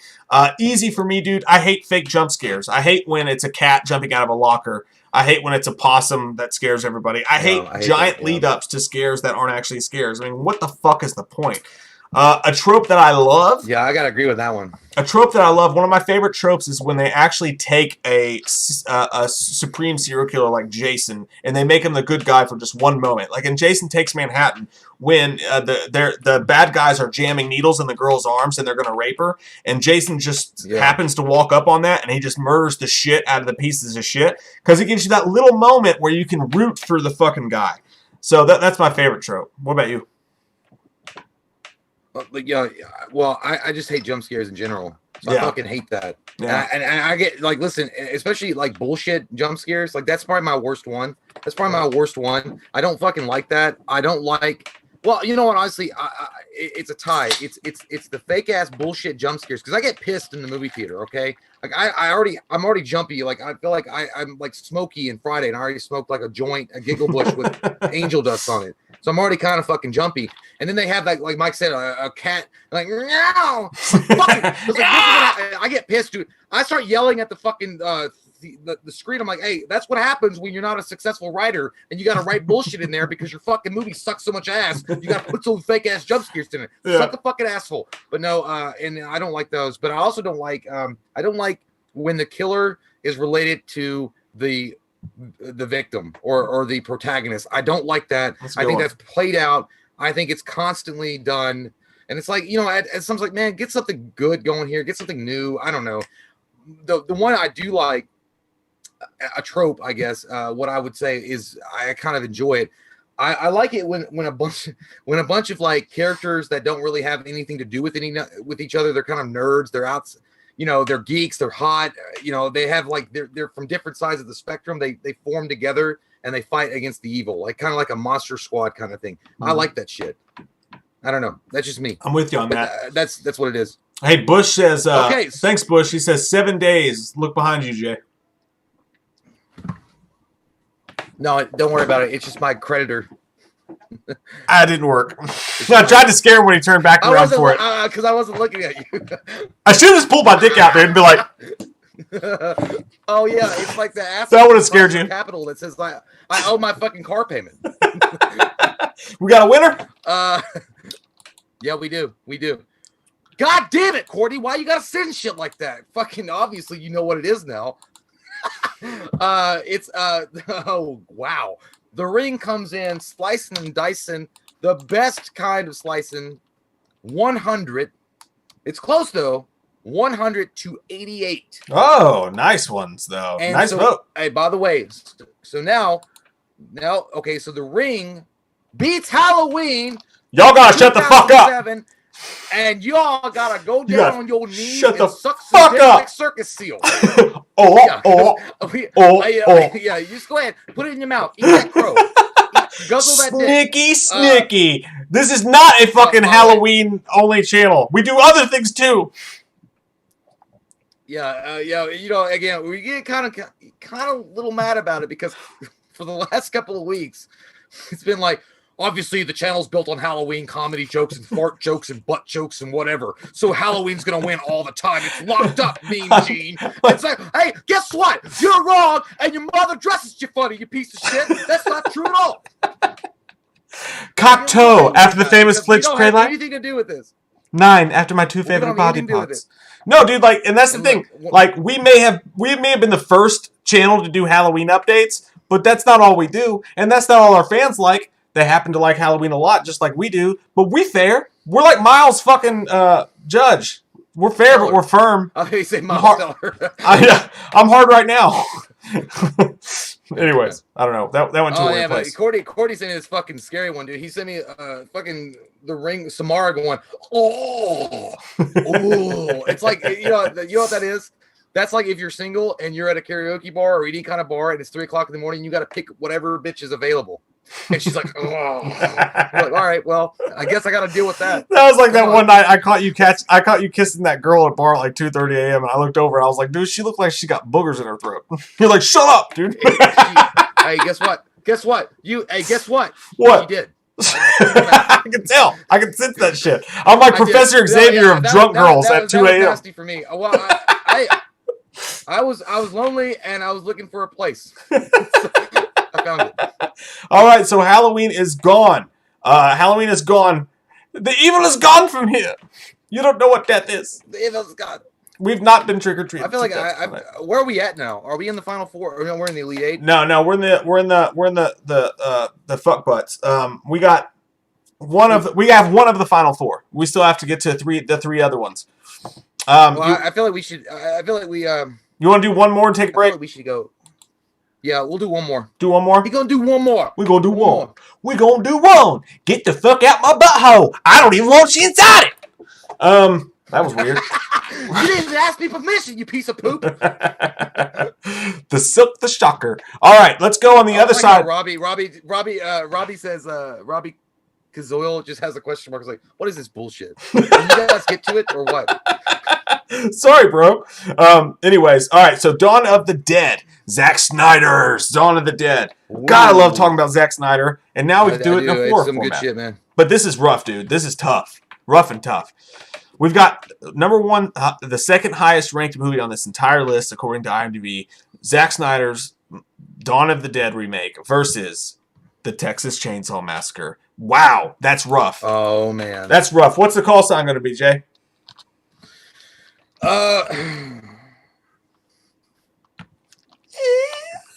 Cobra Kai never dies. God damn it. All right. When Jay says Cobra Kai never dies. I gotta get that intense look with it. When Jay says that you're either going to vote number one for Zack Snyder's Dawn of the Dead or you're going to vote number two for the Texas Chainsaw Massacre remake. Probably maybe the toughest vote we're going to get to tonight. Are you ready? Go for it. Yep. Cobra Kai never dies. Vote number one Fuck for you, Daniel LaRusso. Vote number one for Dawn of the Dead. Vote number two for Texas Chainsaw Massacre. Fuck, dude, I don't know. I'm gonna go Texas Chainsaw Massacre. I'm gonna do it. Yeah, I'm strong on that. I'm bullish on this. Texas Chainsaw Massacre. Yep. Okay, what was the other one? Dawn of the Dead, the remake. Man, I don't know. Yeah, I would still put in Texas Chainsaw Massacre, even though I like Dawn of the Dead. I do like Zack Snyder's. But the drawbacks for me, it wasn't the running zombies. I know everybody bitched about that. Who gives a fuck? Like, complaining that. Yeah, and he was like, well, dude, people were getting all fucking. They were getting all sassy and scientific. They're like, if they had rigor mortis and they were dead for 3 days, they couldn't run. I've seen zombies. They don't fucking run. I know that. Did you eat your giggle bush and then put it in your ass because it's a fucking fantasy movie? It's like, yes, the Georgia. There's something special about the Romero style zombies where they, slowly march towards you and they, yes, it's scary, but it just hypes it up to another level. Yeah. But it wasn't that. The drawback for me was I hated what they did with Disturbed and Get Down with the Sickness when they made that acoustic bullshit. If they just kept the fucking regular song in, I don't know. It's like, come on, you fucker. That was Dick Cheese, dude. That was Richard Cheese's song. That was just the song they picked. I don't like it. I don't like it. What are you doing? Dude, what are you doing? The opening to Dawn of the Dead was fucking amazing. The opening is one of the best ever. My God. But yeah, again, Texas Chainsaw Massacre, man, it's just a really special movie. It's one that I automatically think of. If I think of a Leatherface, if I think of Texas Chainsaw Massacre, I think of that movie. But however, I do want to give some props to Dawn of the Dead, man. People always talk shit on Zack Snyder. They think he's all fucking fluff and it's just special effects, like he's Michael Bay's goddamn protege. It's not true at all. Zack Snyder had a great story in that. Do I love Ving Rhames? Fuck y'all. Like I love the interaction. I love the asshole guy at the mall, and he was like, "It's really nice to see that you guys have all bonded through this." Like I love that guy, but yeah, overall, like if I had to pick one that I would watch, and I would be like, "That's badass," is the Texas Chainsaw Massacre. I'm gonna go. I go Texas Chainsaw Massacre too, man. I think that they made Leatherface so fucking cool. Like the way he looked when he put on Kemper's face. When he put on that face and he turned around, I was like, that shit scared the fuck out of me, dude. It scared the fuck out of me. They did so many good things in that movie. Such an underrated movie. Now, I do love Zack Snyder's Dawn of the Dead, but the opening is, to me, it's one of them. It's right up there with Ghost Ship and movies like that. Is maybe one of the best horror movie openings ever. When it's the nurse coming home. I don't know if it's Amy Smart or Sarah Polley, one or the other. Yeah, when that trailer came out, because they played it like that. They played it straight. And when you saw it for real, like that it was a fucking zombie, you were like, what the fuck is that? Yeah, and they were quick, dude. And that little girl was a zombie right in the beginning. I thought it tailed off a little bit. Don't hug your daughter. Why are you doing it? Like, she's obviously got goddamn blood coming down from her fucking face and half her lips going. I love the idea, and again, they took this from Romero, but I love the idea of zombies in a mall. That was cool. I thought they did a good job with that. The zombie baby was fucked up. And again, the classic line from, what's the dude's name? It was like, fuck him. Yeah, Ving Rhames, yeah. He was great in that. And the dude from Modern Family was in that movie. He was good. I thought they lost their way a little bit in the middle of that movie. And it ended up with a really fucking... It was a straight up 2000's movie ending. When, like, it was like you thought they got away. It was too much. I liked it, actually. Like, you thought they got away and they had the found footage cam almost on the boat and everybody was dying and shit. I thought that was cool. I like how when they were going through the parking lot and they were, like, mowing through all the crowds, it was like going through a K-pop. concert. Like, I don't even know what the fuck this is. Yeah, it's by good the way, shit, no offense man. to K-pop, because I know there's some people out there that love that shit, but it's like a K-pop or NSYNC, Backstreet Boys. It was like I just want to get to Taco Bell. Why are you blocking my way? But it was Stop voting, dude. Ving Rhames, by the way, like he gave you some words of wisdom. He gave you some words of wisdom, and to this day, I still hold it. It's like this: better them than me. That's the one. Better them than me. Fucking, that's Ving Rhames, man, and that's the way you should live your life. Actually, don't be an asshole, but yeah, man. You know what? I'm with Skill, by the way. Sarah Polley can get it. Goddamn right, man. Her and Amy Smart both. Hey, man, what would you think of this though? Like, honestly, if Zack Snyder was up or was contacted or tapped to do a Resident Evil remake, yes, fucking light it up. Light it up. Boom. Done. He's got it. I think he would be really good. Perfect choice. I would either pick him or David Fincher. I think either one of those guys could really knock the shit out of that story. Yeah, man. Yeah, I think he can. And he has a zombie movie coming out. Another zombie movie called, like, I forgot the name of it. It's coming out on Netflix soon. Zack Snyder does. So that's that's gonna probably be good. But I love both these movies. Darth Gojira. Or Gojira, how do you say the Japanese version of Godzilla? Gojira? Darth Gojira 06. Who would win, reboot Jason or reboot Michael? We've actually talked about that before. I think Jason would fuck him up. I really do. I'm gonna go Tyler Mane. I think Jason would fuck him up. I'm gonna go because listen, Michael Myers in 2007's Rob Zombie, he was big as fuck. Yes, he's got like that Andre the Giant condition. He just got big for no reason. But he wasn't working out. Like, he was just painting goddamn masks and being Bob Ross in his fucking room or whatever. Yeah. He didn't do shit. You didn't see any fucking weights. He didn't do anything. Jason's been living off the motherfucking land like Duck Dynasty mixed with fucking Naked and Alone or whatever that show's called. He's been doing his own thing. That guy is built, scary, and a fucking hillbilly from the hills. But that's the thing. Michael Myers, his anger comes from a deeper place. Yeah, he can have psycho strength, but Jason's got... He saw his mom fucking beheaded in front of him when he was like a boy. I want to say Tyler Mane would win, but technically he does. In this iteration of Michael Myers, he doesn't have a dark strength behind him. He's just got Trailer Park behind him. He's got that fucking Trailer Park skills. Yeah. But then again, Jason has that fucking I got left in the woods, bitch. Like, you had to deal with bullies. Yeah, you had to deal with bullies, and your mom was a stripper. I got left in the fucking woods. I was eating fucking canned shit. That motherfucker was raised by wolves and like survived on a swamp. Yeah, that's true. He's been through some shit. Dude, and he's got tunnels. Even if they were doing it brute strength straight up, yeah, Jason would whoop that ass. You might have a point, but I think Tyler Mane was a little bit bigger though. Like, I think he had a little bit more of that. He might have been bigger, but I just think. And he did fuck up Joe Grizzly, and I think Joe Grizzly's been through some shit too. Joe Grizzly, but there ain't nobody been through what Jason's been through. He's been through a super supreme Sancho, dude. That motherfucker ate like onion grass. he ate rabbit butt. Onion grass. And he ate fucking bark. He ate rabbit butt. He had to pick up a rabbit, eat its butt. I think Derek Mears Jason would whoop that ass. He'd spank that shit. Elvin Outpaul, thanks so much, man. He says, reboot, Terminator or RoboCop? RoboCop. Terminator's had so many more chances, you know? The thing about, I love RoboCop. I love him to death. Drop it!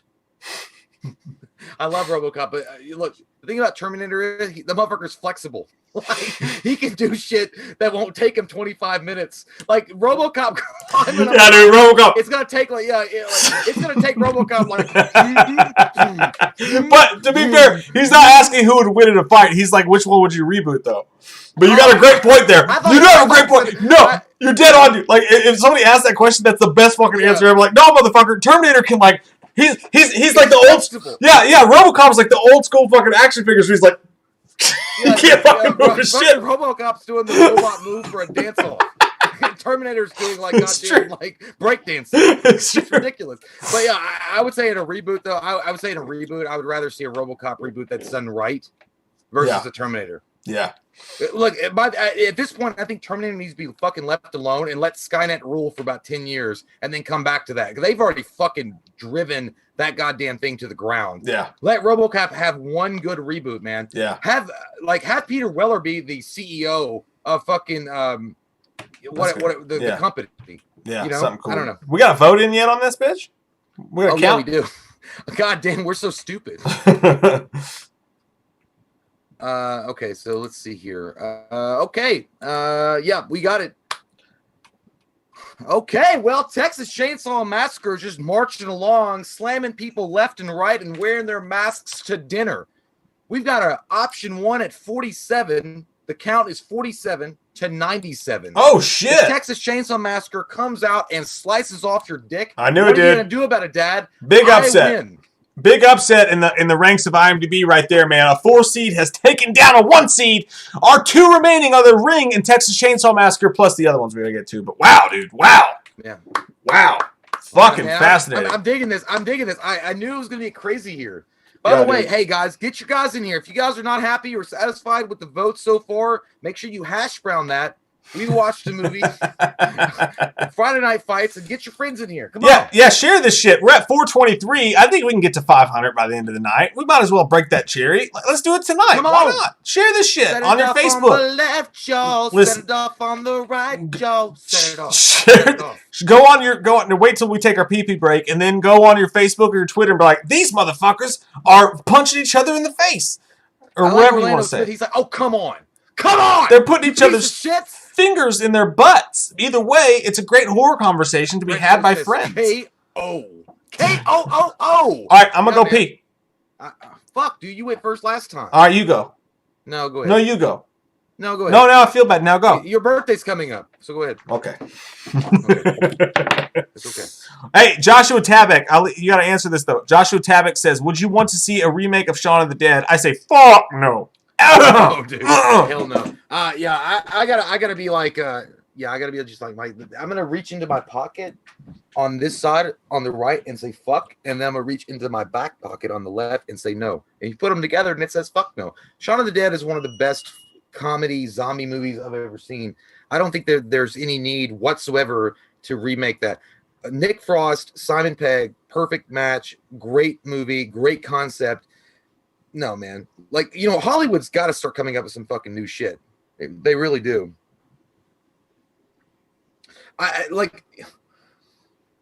Okay, for example, in my opinion, it's not a remake. Cobra Kai, say it again, dude, it's such a great fucking show. Cobra Kai isn't remaking the series. It's just adding to the flavor of the universe of Karate Kid. So what I mean, but like if you're like, okay, well, let's take a really popular kind of underground thing like Shaun of the Dead and just remake it and Hollywoodize it, it's gonna be fucking terrible. Like it would be awful, man. It would just really taint the fucking overall idea of Shaun of the Dead. I know there was possibilities of a sequel for a while, but I don't know, man. Like leave it alone. Leave it alone. Please walk away. It's time.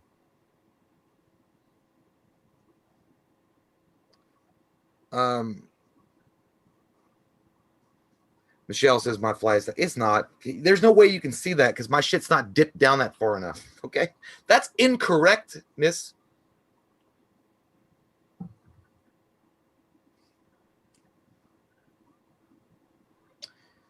Rock Music Forever says Jay Disturbed's version of Down with the Sickness is the I don't know what you're saying. I can't.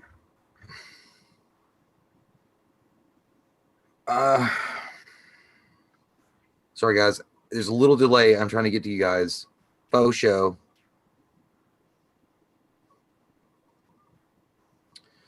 Fat Pat says no mercy. You're absolutely right. No mercy. Don't be a nerd and don't be a pussy. Hash brown that shit. Hash brown it. I can't believe that. Like, that's even a question, though. The fact that Shaun of the Dead would even be on the cutting board to be remade. Listen, at this point, Hollywood has literally run out of ideas. I mean, they're remaking fucking everything, dude. You know, like the Back to the Future, which Back to the Future is perfect. You don't need to touch that. They are strongly considering, and I think there's rumors that they're actually moving ahead with an idea to reboot that. You know, at one point, I swear to God, at one point, they had Justin fucking Bieber, I will drink and smash into your car because I'm Canadian and I don't give a shit. And I have, you know, Ellen type hair. They had him as Marty McFly. Justin fucking Bieber, guys. Okay, Justin fucking Bieber. Are you serious? Get the fuck out of my face. I mean, what are you trying to come with me and sell me bullshit? That's what I'm not kidding. Look it up. Justin Bieber was highly considered to play the role of Marty McFly in a Back to the Future possible remake. Not fucking lying. I'm not lying. God damn, that ring light's bright as fuck. I feel like, I feel all fucking blind and shit when I look at it. Hex Boom says, man, if they remake Back to the Future, that's what I'm saying, man. I felt the same fucking way. The same way. It's ridiculous. Like, why? Why would you do that? What are you gonna make the fucking DeLorean a goddamn smart car with a Tesla? Suck a fucking dickhole. I don't want to watch that shit. The DeLorean is perfect. There's no reason to do it. Get out of here and come back later when your balls have dropped, sir. Oh, Jay's getting in someone's ass right now. No, I'm not talking to anybody specifically. Oh. I was just talking about there was rumors about a Back to the Future remake with Justin Bieber starring as Marty McFly a few years ago. Well, it was a while ago. It was probably like 5 years, 6, 7 years ago. Yeah, I don't want. I was just talking about how Hollywood's run out of fucking ideas, and that's what they would. They'll dive into shit like that. Yeah, it kind of sponged off the idea of the Shaun of the Dead remake. Yeah, which by the way, I think is like that. If you can't remake Shaun of the Dead, like you can't. No, it's garbage. I mean, if you fucking did it, like Nick Frost and Simon Pegg fucking killed it. Why would you do it? It would be awful. I wouldn't even watch that shit, man. All right, you gonna go pee-pee? Yeah, I gotta go. All right. Oh man, let's see what we got in this motherfucker right here. Courtney Reed, what's up, Courtney? Counter extraordinaire. Everybody, give a cheers to Courtney real quick for doing these counting shits. Him and Vanessa both, man, doing awesome shit for us. He says, "Hey, Josh L 845 on Twitter. If you're here, leave. You said there's awful voters and shady vote counters. Yeah, I'm glad you brought that up, Courtney. I don't know Josh, but." You know, someone said last time, because what happened was Friday the 13th Part 3D beat Dream Warriors last week. And somebody on Twitter was like, oh, I think it's shady vote counting. And I'm like, dude, like, you could literally go back and count. Like even if the counters were like, oh, I'm going to fucking lie and make up my own votes. You can go back and check and see if they did. Like, it's there. And I even brought that up. I was like, dude, they're not going to fucking do that shit. We're all here for fun. God, if the movie you like loses, it's not like these movies win anything. It's just fun. It gives us an excuse to have a couple drinks together and talk about movies. It doesn't really matter who wins. It's just for fucking good times. It's for fucking shits and giggles, man. And again, if you want to, go back and count. And his response to me, because, you know, I stood up for you. I was like, dude, they're not going to fucking do that anyways. But I was like, go back and count. And he's like, well, nobody can count that fast. I was like, fucking Courtney and Vanessa can. There. If they can do it, you can do it. That's crazy, though. You know, and vote how you want to vote. Even if you just like a movie better. It's for fun, man. It's for a good time. It doesn't matter. They don't get fucking, you know, participatory trophies for this shit. But, yeah. Come on. Jesus, Lord Almighty. Texas. There's enough division in this world. Let's just get along and be like, ha, you like a movie I hate. Fuck my ass. Who gives a shit, man? We're all human beings with families and lives to live. Let's just fucking have fun together. And fucking goddamn, do we have to disagree on everything?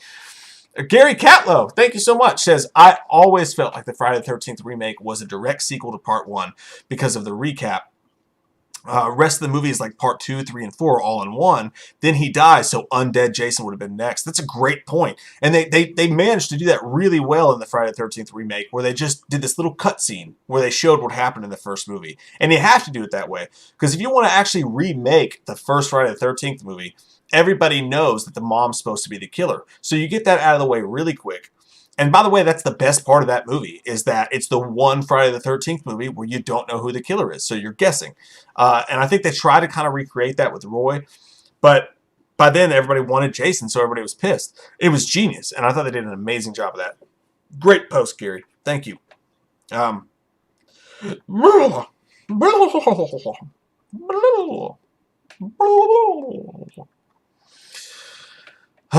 man. I hope you guys are having a fucking awesome week, man. I really do. And I just want to take this time to say thanks to everybody for taking the time out of your Friday night to hang out with us. This is really cool. This is so fun. I'm glad that we started doing this. It's rad as fuck. And I feel really lucky to have this many people who give a shit what we and the community have to say. So it's fucking badass times. Thank you all for being here tonight and spending your time with us. There's a million other places you could be, and you chose to hang out with us. And that's fucking awesome. So you guys are cool. Thank you for being here tonight. I look forward to it all week as well. More send Mike's channeling Shakira. Oh, my hips don't lie. God, if I did Shakira, literally, like, people would jump off fucking roofs. No one wants to see me shake my butt cheeks. But, you know, and stuff. Hash Brown Friday runs Nightmare Jewels. Says go. Thanks, Michelle. I'm not feeling handsome and sexy. It's been a week, but I appreciate that. I did lose some weight over the past couple weeks. Proud of that. Happy about that. Not proud of it. I didn't do anything except for just stress the fuck out for 2 weeks. But yeah, down on the scales. It feels good in my butt. Awesome group of fucking people here. You guys are rad as shit. We got a nice count coming up. This next one's going to be fun. We've already had a one scene go down. Yeah, skills right again. Shakira can get it. Oh, yes. Darth says, can you guys react to Just Called to Say I Kill You by the Merkins? We haven't reacted to a lot of Merkins stuff lately. One of the things we're going to be doing in their stream, their concert that we're hosting, is reacting to one of their videos, and we're going to have a Merkins reaction coming up soon. Got some cool stuff coming up with the Merkins, so stay tuned for that. For sure. What the fuck, dude? What's up, dude? Halloween's not in the final? Oh my god. Halloween's not in the final? What the fuck, dude? Oh my god.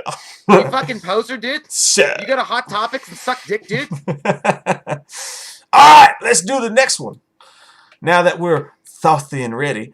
Next one, we're going to have Evil Dead versus Fright Night. Now, I have a feeling... guys, I got to come clean. I fucked up again.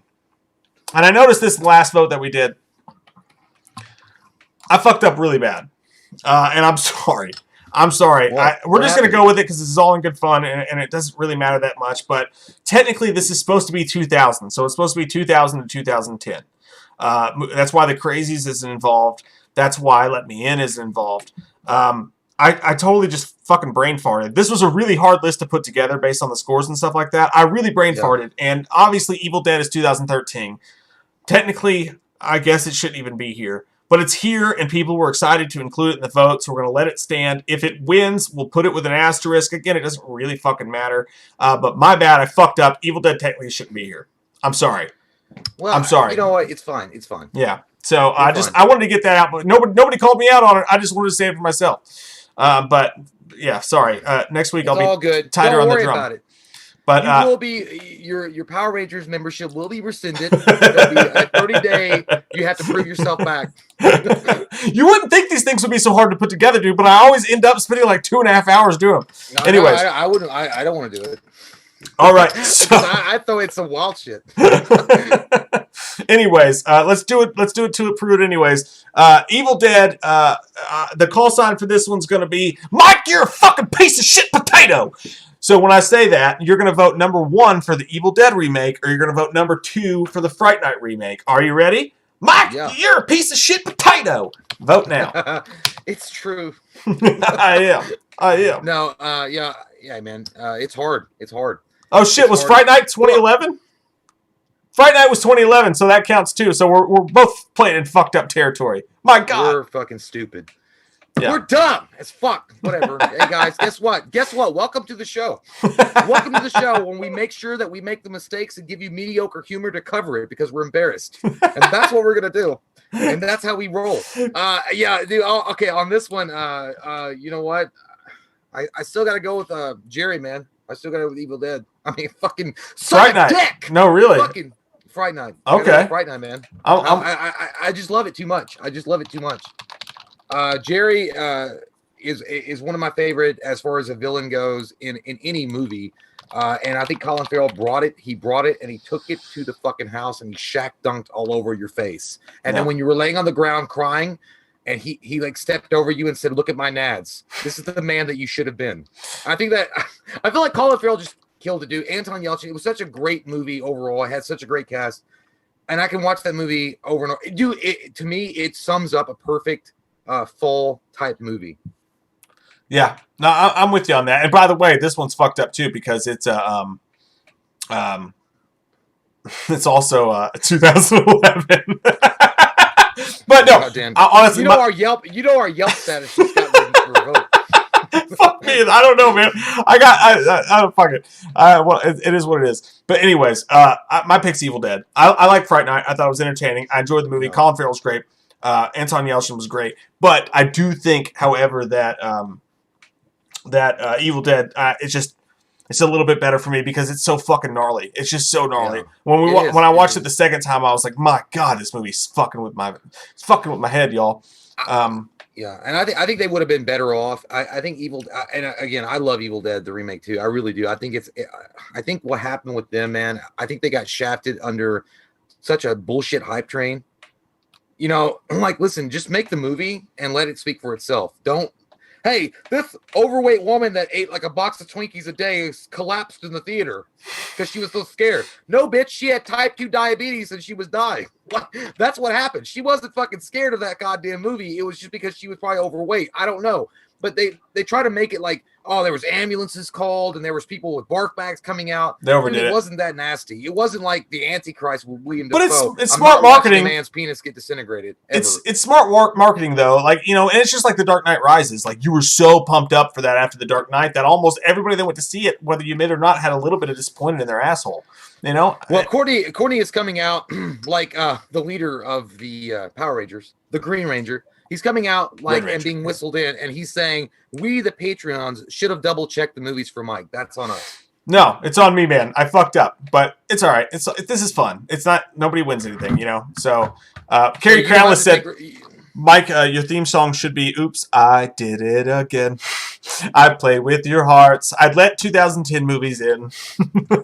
Sorry, guys. Yeah, well, you know, it's not like one of those times that me and Mike get together and we're like, "Hey, man, we got to plan out the Friday Night Fights here." Because first off, it's fun to let Patrons get involved and you know, have that list kind of, you know, be conjured up. But I've not been on my game all week, man. I'm not reliable enough because I'd be like, dude, I don't fucking know. Let's throw in some goddamn Howling.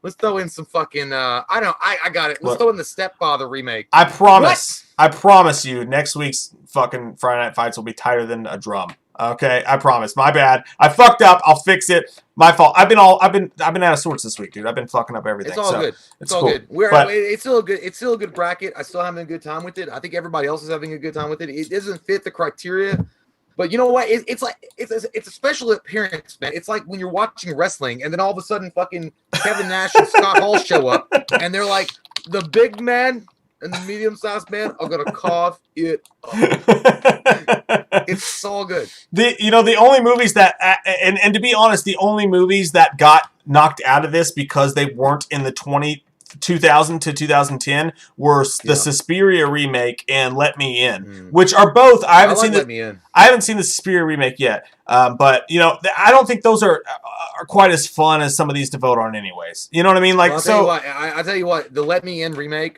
I can tell you right now, it wouldn't get out of the first round. It was great. I loved it, but at the same time, it was nowhere near as good as the original. Not even close. And I'm the same way. With Suspiria, I never saw the remake. I didn't even. Yeah.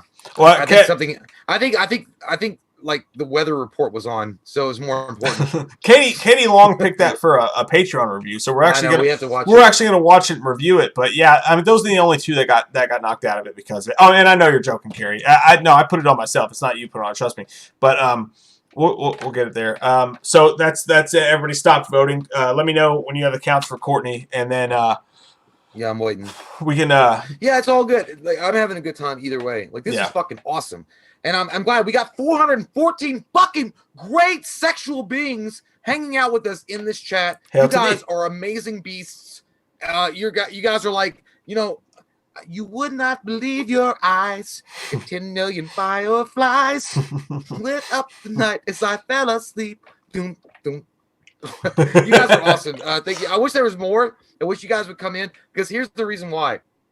It's not for any kind of egotistical reason that we want you guys to watch. It's because this is supposed to be like your guys' vote. We would like to have more people in here just so that it can be your vote. And there's no way that you can be like later on, if somebody watches the video later on and it's like, well, I would have picked this. Like, well, you know, come on in here and vote, bitch. Yeah. Like, come on here, show your fucking faith. Yeah, if anything, hopefully it makes it a little bit more interesting. You'd be like, that bitch shouldn't even been invited to the dance. He's a whore. You know, again, and again, I don't want to keep bringing it up like a whipped dog from the South, but it really is annoying when you constantly hear it. I'm not even on motherfucking Twitter, and I'm not even on Instagram. I just get the leftover bullshit, but I can still feel it in my bones, Sheriff, right into my taint. When people are like, this is a channel built and dedicated to Michael Myers, and they would rather suck a dick of Dr. Loomis than do anything real because he wins every day. I'm like, dude, I don't fucking make the rules. Like, this is a voting process by the people that watch. Mike and I do not vote. We don't have an ultimate easy button from Staples that we can hit when we don't like the vote. I wish we did, because sometimes it's bullshit. It's all part of the process. Lance Hansen says, favorite Leatherface moment of all the movies. That's a lot to pack in together, but and I'm trying to remember because it's been a while since I've seen the first one. The favorite Leatherface movie of all the moment of all the movies. When he first pops out of the woods, and I think the dude's in the wheelchair, or somebody's in a wheelchair, and they're going down there. It's like the first time he pops out in the woods. Oh yeah, I remember. Gave me a fucking panic. Like, scared the shit out of me, man. Like, fuck. I was like, that's some shit. You know, that was probably my favorite. I'm gonna go cheapskate here, man. I think Jessica Biel's ass. God, no one could blame you. No, get out of here. I don't. It's like, why? Why do you exist in this world if I can't have you? But yeah, Justin Timberlake gets to fucking "It's Gotta Be Me" all over that every day. But no, I would say, and like again, it's cheap. But that scene in the Texas Chainsaw Massacre, the original, and they did a really pretty good job remaking it with Jessica Biel. Right when I was gonna say Jessica Alba, but right when he like slams the fucking door shut. You know what? Yeah. The first kill, and he slams the door shut, and the way the camera looked, man, it fucking scared me. I was like, God damn, that motherfucker is a very obsessed flea market shopper. He looked like a flea market shopper. Like, he looked like that mom's the walking farts that you see in Peddler's Mall or like a flea market, and she's walking around real like fast, and she has in her mind what she wants to buy, and you better not get in her way. You better not get in her way. No, anyway, you don't want that smoke. But that wasn't a kill. I guess it was because he hits that motherfucker in the head with that hammer thing. And you hear that thunk. Yeah, thunk. Oh, god damn. Sorry. So. Oh, okay. Shit. What'd you do? What'd you do? This chair's really nice, man. The one is that bolt that doesn't work on the armrest anymore. I know, fucks with you, dude. Like, it just collapsed. Yeah, it drops down. I felt like I was in battle with the Klingons in Star Trek. Matt Fisher says, Red you guys see my super chat? All up, brothers. Cheers. Cheers to you, Matt. I don't have a super chat for you on here. Just in all caps. I don't care if you have to press it over and over again. It's okay. I'll give you permission to spam. Make sure we get it, man. If you send a super chat and we missed it. So we got the results in here, though. All right, let's do it. Get inside you. Jesus Christ. Do you hear Edema. that? Yeah, it's okay, though. Oh. Fucking, would you please act like you got a goddamn brain and not collapse? What's the winner? I bet it's Evil Dead. So, Evil Dead. I bet it comes is. in hot with the chainsaw from the hand and boomsticking again all over the place with 98 to a pitiful performance. Where did you come from? How much mother's milk did you drink for 40? 98 to 40. Evil Dead wins. Okay. All right. So, Evil Dead wins. The next vote's going to be awesome job voting, guys. Really appreciate Thanks, it. guys. The next also, vote. I also want to Go ahead. shout out again Courtney and Vanessa. Fucking awesome. Goddamn right. Love you guys. Thank you so much. Dude, this next one's tough. What's the call sign going to be here? We got Friday the 13th versus The Hills Have Eyes. Oh. Yes. Well, I guess we'll go classic here. I guess your tits are so juicy, bro. That's perfect. That's perfect. So when Jay says your tits are so juicy, bro, you're going to vote number 1 for Friday the 13th, or you're going to vote number 2 for The Hills Have Eyes remake. Jay? Your tits are so juicy, bro. Vote number 1 for, it's not picking it up for some reason. There we go. Vote number 1 for Friday the 13th. Vote number 2 for The Hills Have Eyes, starting now. Jay, I got a fucking dude. Easy money. John Connor, easy money. I'm gonna get fucking crazy, dude. I'm gonna go Hills Have Eyes. I'm gonna go Hills Have Eyes. I'm gonna do it. I'm gonna go Hills Have Eyes, dude. I think that movie is. It's of all these fucking movies, it's one of the only ones to me that is better than the original. I think the remake of The Hills Have Eyes was better than the original. It was meaner. It was more fucked up. They had some balls on them to go in the 2000s, the year of our Lord 2000s, and they went in there and they said, we're gonna fuck people's minds up. We're gonna break out a baby. We're gonna break out a pregnant. We're gonna do all that. The bird, fucking everything. The Hills Have Eyes is one of those movies that just did not give a fuck, and I appreciate it for that. I'm gonna go Hills Have Eyes. It was like a Desperate Housewives episode. They went crazy, dude. They went nuts. Friday the 13th, man. Again, behind the Texas Chainsaw Massacre, it'd be Friday the 13th for me as far as a remake of an iconic character from the 80s. Jason Voorhees, Derek Mears totally conquered it. He made it his own. He also pays homage to past Jasons, especially Kane Hodder. He's such a humble guy in the interviews. And they hit all the notes, man. They hit all the sweet notes. Like if you're fucking tasting wine, like this note reminds me of the Backhead Jason. And this note reminds me of the hockey face Jason. And this kill reminds me of the Giggle Bush Jason. I don't know. It really hits all the notes. And I also like the fact that they went a little.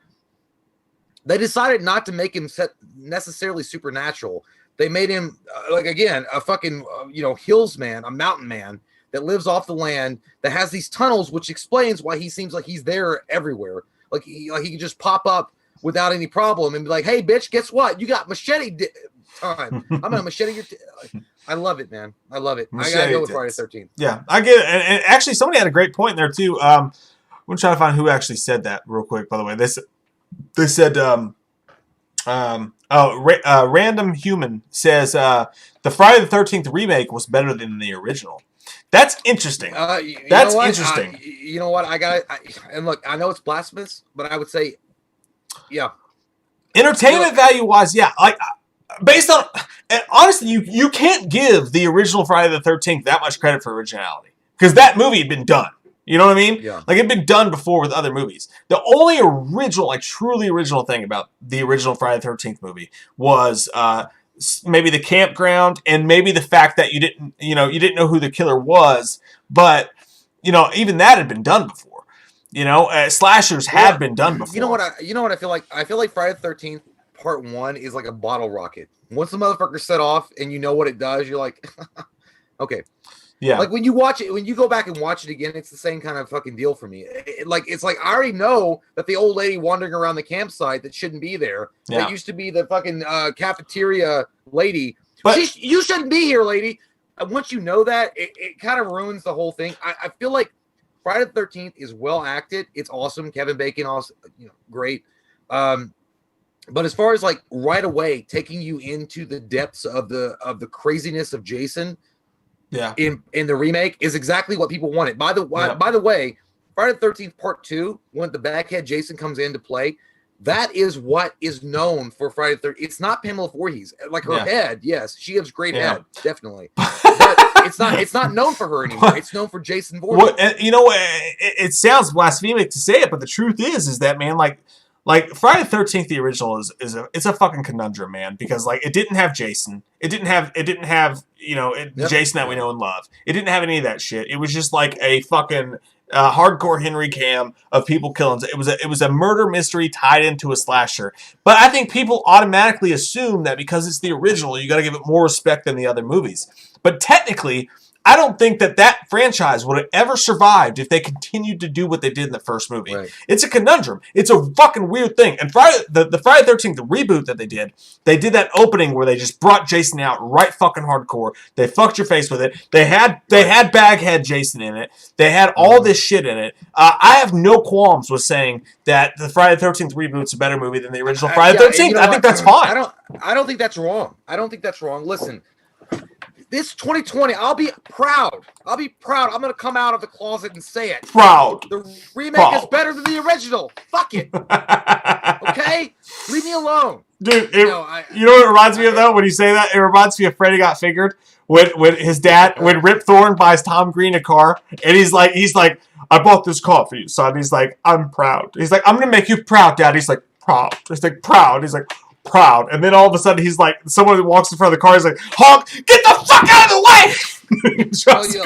Look, I know there's hardcore fans of it, and I get it, man. It is a staple of horror for sure. The original Friday the 13th, it's great. It's one of those kind of films that it's once in a lifetime kind of stuff. And Pamela Voorhees is great.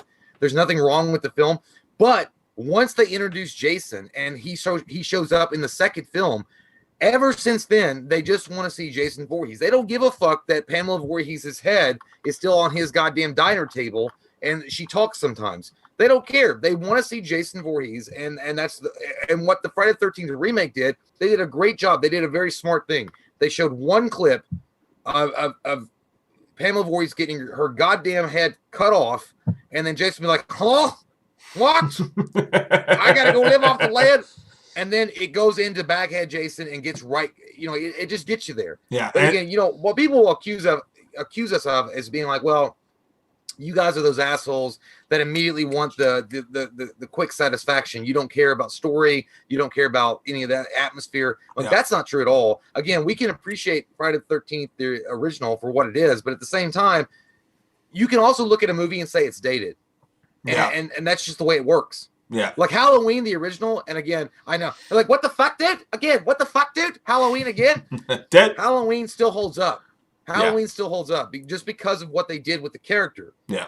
Friday the 13th is a dated kind of film. I don't know. I'm sorry. I'm with you, man. It's time someone fucking said it. Okay? It's time you fucking said it. Gary Catlow has a great fucking point, too, by the way. Friday the 13th even wasn't the first one to do that. They said Friday the 13th Part 1 is reverse Psycho. Psycho did the same thing, where it was the mom, and that came beforehand. So it really isn't. Great fucking point, Gary. And then Matt Fisher, thank you very much, says, you guys have helped me through more than you will ever know. Help me get through some rough times. Gave me something to look forward to. All love. Matt, I hope you all know that I have no idea what the fuck I would do without this channel and the people who fucking give a shit about what we have to say. So it 100% back to you. Whatever we've helped you get through, you've helped me and Jay get through tenfold. Trust me, man. Having this is a lifeline. And we love you all. So thank you. Really appreciate that. We got to vote. We got to count yet? No, not yet. By the way, Daniel said we just got it. I think Courtney was waiting. He's like, "Fucking say it, bitch!" Coming in hot, like Odell Beckham's chest. Daniel Bogger. I'm sorry if you don't say your name like that, but he says Pamela is creepy, sexy. Lol. I guess if you're going to the fucking Cougar bar and you're like, "Hey, man, look, you got weird, you got weird soft Jerry curl hair, and I want to fucking do you." If you want to fuck Carol, master that you are. If you want to fuck Carol Baskins, then Jason's mom might be hot. Hey man, look, we've all been there on that dark night on a Sunday when there's no fucking hot chicks, and you're like, I gotta put my dick in some kind of heat warmer, and that's what it is. Your dick's gonna end up in a meat grinder like her husband. Yeah, it's fine. You gotta put it in where you gotta put it in. But okay, so we got the votes in. All right. Courtney and Vanessa come through again like the champions they are. We have option 1 coming in hot and solid like a hawk through the night, picking up and setting down. No Good Prey. 121. God damn. to 47. Holy Get the fuck out of my shit. face. Why are Man. you talking to me? Dude, Friday the 13th is underratedly appreciated on this channel by you guys. I gotta say, man, you guys love some fucking Friday the 13th. Woo-wee! Holy shit. Again, vote 121 to 47. It God. comes in hot. It comes in swinging. We don't see it coming from nowhere. It's like when Lance Bass asked when he said he was gay. Actually, we all saw that coming. But it's kind of like that. Clay Aiken. Clay Aiken's gay. Like yeah, and? Yeah, Clay Aiken and Lance Bass from NSYNC. You're like, yeah, I'm gay. Like, uh-huh. Guys, for the final four. Hey, other news, sometimes it rains. Water is wet. Yeah, the water is wet. Guys, our final four is The Ring. And by the way, The Ring has a special place here because it's the only non-slasher-ish film left in the final four. We have number 1 seed, The Ring. We have number 2 seed, The Evil Dead remake. Woo! We have Texas Chainsaw Massacre against the Friday the 13th. By the way, Friday the 13th technically is the biggest underdog in this list because it's the lowest rated of all of them. You want to do one more PP break and then go all the way through? Yeah, I think that what we're going to do here is I think that we'll take a piss break. We're going to drain the lizard. And we're going to make sure that happens. And then we're going to go a final four all the way through. No breaks. You guys are ready. And we're ready too. Ready to light it up. Go pee first. All right, go. All right. Guys, this is fascinating to me. This is fascinating. We got a really good final four here. Look at this bitch. Look at this final four. The Ring versus Evil Dead. Interesting. Texas Chainsaw Massacre versus Friday the 13th versus Fox. It's going to be good. That's a great final four we got going with. And you know what's lacking? Halloween. Halloween didn't make it. So suck my dick, Purple Rain. I don't know. I just looked down at Jason. No one said Purple Rain. So I said suck my dick, Purple Rain. And Brian, you're right. We are going to refill our drinks during this time. But once we're back from this break, we're going full on final four. Buster alert! Up in the ass. Happening there. So thirsty. I'm so thirsty. Actually, why does Jay get to pee first? I peed first the first 2 times, so it's only fair. Yeah, man. Quickly, let me look here. Let me see what I feel. Here's what I think's gonna happen. All right, this is what I think. This is Mike's predictions. Spot 9. I think The Ring is gonna beat Evil Dead. I think Texas Chainsaw Massacre is gonna beat Friday the 13th, and I think that Texas Chainsaw Massacre is going to win the whole thing. That's my prediction. That's my prediction. I'm not saying that's what I think, but that's my prediction. My dark horse pick, I think 4C Texas Chainsaw Massacre is going to take it all the way up your fuck you, Charlie, and they're going to get nasty Nate up in your asses. Jeremy Blevins, dude, thank you so much. Really appreciate that. He says, I never know what to say on these things. This has nothing to do with this bracket, but I woke myself up yesterday from my nap saying fucking beans after I screamed it in my sleep. Our dreams are weird, Jeremy. Our dreams are weird places. Yeah, if you wake yourself up saying fucking beans, things are strange. But I think that means you had a good dream though. Like I don't think you can have a bad dream and wake up being like fucking beans. You know what I mean? It's got to be good. Joshua Tabak, thank you so much, man. He says, love the Friday the 13th series because it's a progression series. The Jason we know was developed over time. Part 1 wasn't Jason. Part 2 was Baghead. Old Baghead Jason.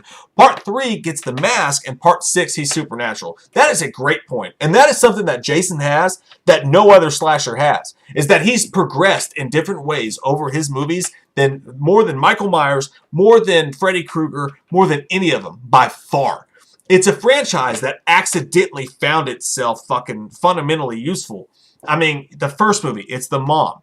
It's a whodunit. It's a fucking mystery film. The second movie, it's a man of the woods with a bag on his head, running that shot with the window, and he's running. Fucking amazing. Cool. Then the third movie, they had the balls to just change that and just give him a fucking hockey mask. How much balls do you have to do that? And then you kill the motherfucker. You turn him into a ghost. He already has that fucked up face in 3D. You kill the motherfucker. Then you have the balls to send him to Manhattan, even though that was the bullshit fucking movie where he took a fucking lake boat to Manhattan somehow. And then they put him in space. Friday the 13th of all the franchise has been the ballsiest and most amiable franchise of all the slashers. They're willing to fucking dunk Jason in a fucking toilet of poo, pull him out, dress him up as a fucking Barbie, and then just parade him around the streets. They don't give a fuck. They will do whatever, whenever, whatever pleases the ladies for Jason. They will put a finger in her butt if it makes Jason weirder. And they'll do it. And they don't give a shit what you think about it. And you gotta respect it. I respect it. The same way that I respect but don't love the way that Child's Play is just they've always remained canon. Now I like that. I like what Halloween's done. I like that Halloween's changed timelines. It's its own thing. And they did it with what they thought was the best for the franchise at the time. And all it serves to do is make Halloween more interesting. You got this timeline, you got Halloween 3, you got all these things. But each franchise has their own special sauce. And I think for Jason, they're willing to fuck him up. I don't know where I'm blacking out right now. What was I even talking about? That was weird. It's the final countdown. Ba-da-da-da. I would have been back earlier, dude, but my dog had a piece of poop stuck to his ass, and I had to pull it out. Oh, damn, that's gnarly. I missed it, but someone said, Mike and Jay, do y'all do improv? And I'm like, dude, this whole channel's fucking improv. We don't write shit. Yeah, we don't know how to do actual like written scripts or anything like that. We're just pieces of shit that got lucky. When we do skits, we'll do an outline. Like, this is the punchline, and then but when we film it, we're just like balls to the wall going crazy. Real quick, we'll go to these other super chats before I okay. PP. Kevin Williams says, hey, got held up at the store, but I made it. I'm going to rewatch this later tonight. Welcome, Kevin Williams. Your name is very close to the writer of Scream, and we appreciate you, man. I hope you enjoy it. Courtney says, hey, Mike, can you look at Sunday and Monday's NFL schedule and give predictions as Dr. Chalice? Yeah, fuck it. Yeah, okay. Let me look here. ESPN.com NFL schedule. Let's see. Yeah, my hair's all fucking. That's the closest to Chalice I can get right now. It's close. But I'll give you a quick. And again, on Patreon, Leatherface is going to be doing weekly NFL recaps all year long. So check our Patreon out in the link below. But let's see here. All right, so New York, Chicago.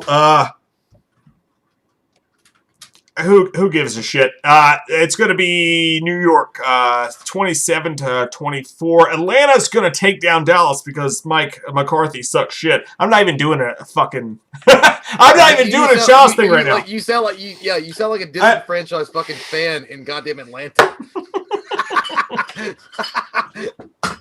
God damn it, this motherfucker, dude, this fucking chair has no bolt on the left side on the armrest, and it keeps, you hear that? Yeah, that's okay. I'll just go straight to Monday Night Football. The Seattle Supersonics against the New England Bullets. We're going to have, actually, that's the New Orleans Saints versus the Las Vegas Crop-Tards. I'm going to take two Boilermakers, and I'm going to say the Saints. We're going to go Las Vegas. We're going to bet on Las Vegas. Fucking shoot. That's all I have, Courtney. I haven't done Chalice in a while. I don't know what the fuck to do. Yeah, what I was saying was that we should totally fucking do Loomis and that we should do a Loomis Chalice, like Oprah Winfrey, Sally Jesse Raphael interviewing horror killers. I got to shave. Or like serial killers. I got to shave. I got to do the mustache shave. You were rocking the fuck out of that goddamn mustache. What's the other name for it? Mustache? Dirty Sanchez. Yeah, I had it going on. The shit out of it. I liked it. I liked the fuck out of it. Yeah, man. Drew Tyler says, Mike, are you related to Dane Cook? No. But in my younger ages, I look like a younger Dane Cook. But now Dane Cook looks like he's a fucking pizza roll. Yeah, you don't want to be related to him now. That motherfucker looks like a goddamn victim of assault. Yeah. That he's just now recovering from. Check out the Patreon on Tuesday, and you'll get a whole McGurgle book. Pizza rolls. All right, I'm gonna pee, and then we'll finish this bitch. We'll do it. Go do it.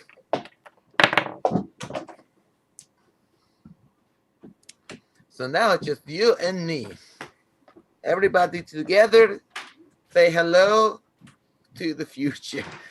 Do you know me can see you through this camera called ring light?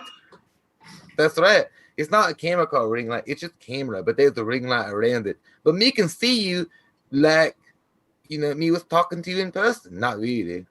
Me can see him, but me can't see you. Anyway. I get weird. Like I can't. Slender Man is one of those like characters that I've done. Like I feel. I get stuck. Like one time I was doing Slender Man. We were doing a skit. I think it was the Subway sandwich skit or something. And I went to the store after we filmed it, and I had just been thinking of that character the entire time. And when I asked for, I smoke, so I asked for a packet. I was like, "Yeah, can I get a pack of cigarettes?" The guy was like, "Yeah, it's pretty bad." And Loomis is the same way. Like these characters, man, you get into them, and then it doesn't leave you for a few days. Like the Dr. Loomis stuff. When and by the way, we're very appreciative of everybody that wants a message from Loomis, or just any kind of people that want Dr. Loomis, Michael Myers messages. But when you get into it, like you walk around, and be like, I don't know, your girlfriend like, do you want anything to eat today? I'm like, I don't know. Why don't you just I don't know, maybe get a clue? All right. I'm sitting here, I'm doing my work, I'm trying to figure out how to beat this level in Resident Evil 2 Remake. And you talk to me about bullshit, all right? Do you think I can't stop? There's zombies coming in left to right, a fucking liquor coming from the top. I didn't know what that is. A butthole. Anyway. Sean P says, Jay, are you in Joe Rogan's new studio? No, I am not. I know that he moved to what was it? What did he move to? What he signed like a fucking $100 million deal. Spotify. I'm not on, but it's kind of like it's awesome for him. I'm glad he's doing that. I did hear. I'm not 100% sure. I did hear he took down a video though that Spotify didn't like. So he wound up taking it down. And a lot of people are calling him out for being hypocritical because he was like, I'm going to do it my way. I'm going to do my own show and no one's going to tell me like, this is the way to do it. Like they're not going to be pansies. I don't know. But he wound up taking that video. I don't know. I could be wrong. I don't know. I just saw that.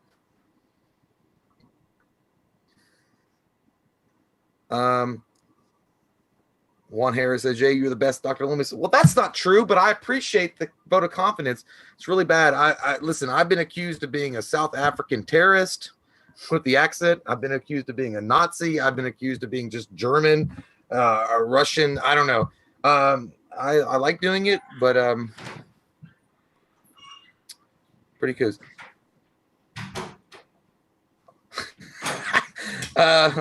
Bucky Olivia Barnes says that I don't know made me smoke my smoke out of my nose involuntary. Now I'm crying. Thanks. You're welcome. You're welcome. Yes. Hello. My name is. Apparently, somebody said, "He's like, Jay, are you on the Joe Rogan's new set?" Does it look like this? All right, let's go right into it. Let's get these people to bed. You guys got fucking things to do in the morning. Yeah. Like have a family and career. Unlike us. That's true. Okay, so The Ring versus Evil Dead. Yep. What's the call sign going to be? No, I think I already did the call sign. Oh, you did? Yeah. I'll make the Paul Bear. Yeah, come on, you should do Paul Bear. Yeah, the call sign for this one's going to be Kane. So when I say Kane, you're going to vote number 1 for The Ring, or you're going to vote number 2 for Evil Dead. Kane, vote now. I gotta go with, honestly, I gotta go with again, man, I love Evil Dead. I'm glad that it's scooting all the way through here, but I gotta go with The Ring, man. I think that overall, I think The Ring did a really good representation of Ringu from Japan. It scared the fuck out of people, but it had a great story in the middle of it. That bitch is fucking scary as shit. Look, contortionist, suck a dick, stay in the gymnasium, and stop making movies, okay? I don't like it when you do that shit. Don't spider crawl to me. I don't like you. I don't want anything to do with you, and I think you're a disgusting human being. But nonetheless, dude, but the fact is, The Ring itself was very... It's not just the fact that it was scary and it had a lot of great scares. They didn't really rely a lot, in my opinion, on jump scares. It was just the idea and then the atmosphere and just the images that fucking fucked you up. Yeah. You know what I'm saying? Like, it just got you in there and it was like, hey, guess what? I'm going to tickle your taint and I'm going to make sure that you don't leave here without understanding that you're going to be scared for the next 10 years. I agree, dude. It's The Ring, man. It's The Ring. I know that Evil Dead was fun and it had a lot of good shit going for it, but The Ring was a movie that came out and it blew everybody off their ass. Nobody was expecting The Ring to be great. Nobody was expecting The Ring to fucking scare people. And when it came out in theaters, man, it was one of the scariest movies as a human being that I've ever watched in the theater. It's disturbing. Now, it had all the fun aspects of, like, other horror movies, like the 7 Days thing, and she comes out of the TV and all that. But the disturbing feel that was going on over top of The Ring that fucking video. Do you guys remember the video from The Ring when they showed the video as she's brushing her hair and she fucking puts her finger on a fucking nail and then jumps off her. That shit was scary as fuck, man. You know what that was? That was a discontinued use. It was going to be the next Tool video. And they were like, no, we can't use it. Yeah, dude. But yeah, it's got to be The Ring. It's got to be The Ring, man. It's got to be The Ring. Got to be glued. Gotta be glued. Gotta be glued. It's got to be The Ring, dude. Isaac Erickson, thank you so much. He says, Mike, I have a 9-month-old daughter, and congratulations, man. That's amazing. Yeah. And I found a lot of comfort in seeing you bond over horror movies and pop punk music with your daughter. Texas Chainsaw Massacre wins. It's the coolest thing about being a dad, man.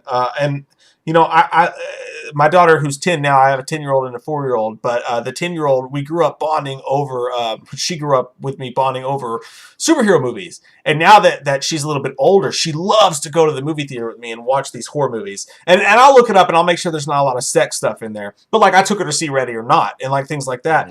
But yeah, it's really great, man. She made me watch Polaroid the other night. Lars Krebberg, the guy who did Child's Play. I know, I've seen Polaroid. She watched it with her friend Ethan, and then she's like, "You got to watch this movie, Dad." And like, even though I didn't love the movie that much, it's really really cool to like share that together. And if any of you guys have kids, like it's so easy. Like it's so easy to bond with your kids over the stuff that you love. You know what I mean? Like it's the best part about being a dad. So thanks, man. That's awesome, Isaac. Yeah, I'm jealous as fuck, and I hate you every day for what you got. But Jeremy Blevins says, thanks, Jeremy. I would bond over, if I had a daughter or a son, I'd bond over them with like shit like Final Fantasy. Or like, I would try to introduce them. I would introduce them to like comic books and shit like that. And like, hey listen, you got to watch Neverending Story. You got to understand it. No! And then like, by the way, I'm going to inject you with 80s Karate Kid. Dude, or fucking Bloodsport. It's the best part about being a dad. I don't know about you guys, but the best part about being a movie lover is just showing people who don't know what the fuck's going on in movies. You get to you get to re-experience them all over again through people. And having kids is the best part of that. And that's why the girlfriend that I have right now lived under a rock for several years, and she hasn't seen a lot of movies. So I got to watch the whole Christopher Nolan Batman series with her. Yeah, man. And that's fucking great, man. Like that's, you know what? I love, and I always do that fucking cockeye thing when I'm watching a movie with somebody who's never seen it before. Yeah. And I go like this, I go. do you understand? I do that creepy fucking Jeffrey Dahmer thing, dude. I'm like looking at them cockeyed because I want to see if their reaction is on point. I know. I know. Yeah, and when it doesn't happen, when they don't react to the way that they should, I'm like, what the fuck? Like, what's wrong with dude? I know exactly what you're talking about because you do that shit with me still. Like you'll be like, you'll show me a YouTube video, and I'll be trying to watch the video, and like the whole time I'll see out of the corner of my eye, you'll be like. No, and I'm like, dude, stop watching me. Watch it. Yeah, it's like this with Mike. Look, if I find a funny video on YouTube and I'm like, hey, Mike, watch this. Mike's watching it. I do like this. Look, watch. It's true. And I'm always like, dude, stop watching me. Watch it. I feel pressure. I know. I feel too much pressure. Jeremy Blevin says, I can't believe it's not butter. Thanks, I can't either. I can't either. That fucking guy. That guy lied to us. He gave us all diabetes with that fucking commercial. It looked like, sorry for the shaking of the camera. This fucking thing, dude, it's like it's gone full on Austin Powers possessed. Dude, we are full on non-professional at this point, so it's all good. Stop voting. I think we got all the votes in. Evil Dead versus The Ring. God, I hope you guys pick The Ring. I really do. For two reasons. One, because I feel bad about Evil Dead even being there, and two, because I really think The Ring is just better. No, I you know what? Honestly, I think Evil Dead is like. I think it's underrated, man. The remake is underrated. Like, it really is. I think what a lot of people just, like, immediately dismiss it is because Bruce Campbell's not in it, which it sucks. But it also is, it's because they oversold it, dude. The hype was just too much. I mean, it's like, hey, by the way, when you watch this, your butthole is going to bleed for a week and you're not going to be able to sleep. You're like, that's not true. Oh man. All right. Do we have a vote yet? David, I like how David King Kinner was like, ring sucked. It sucked. Why don't you suck on my ring, my butthole? Because that's the ring that you need to be sucking on. Because it's not true at all. The ring was actually. Listen, if you didn't think Loved it was it. scary, Loved for it. sure, I get that. But I thought it was fucking scary. Herky jerky, I don't like that. But at the end of the day, the story was. All right, pretty David, decent. stop it. We get it. What is David saying? He just keeps Oh, saying he's ring saying sucks over and over again. Don't spam, dude. Don't do that. Just eat it. Don't spam it. Okay, so we've got the fucking results in here. All right. Are you ready? I need this one. I Are need you this ready one. for the greatness? Okay. Are you ready for the sex, girl? So, option 1 has a 66. Okay. Okay. All right. 66. Okay. Fucking motherfucking goddamn armrest. I'm gonna put a fucking bolt in this motherfucker that's gonna be welded shut. It's boltless. It is I boltless. hate this goddamn thing. It needs a bolt. Okay. And the second option has 90. Oh, god damn it. God Yeah. damn it. Yeah. Fuck. All right. Well, no, I what was My option one sins the come ring? my sins come back to haunt me. Evil Dead wins. Really? You said 66 to 90, right? Yeah, but why, Courtney? Why'd you send me that fucking GIF? Wait. Let's pause this and make sure. No, I think you're wrong. I think option 2 was the ring. Option 2 is Evil Dead, man. Which one What won? the fuck, Courtney? Why did you send me that? Oh, Florida shit. recount. Which one won?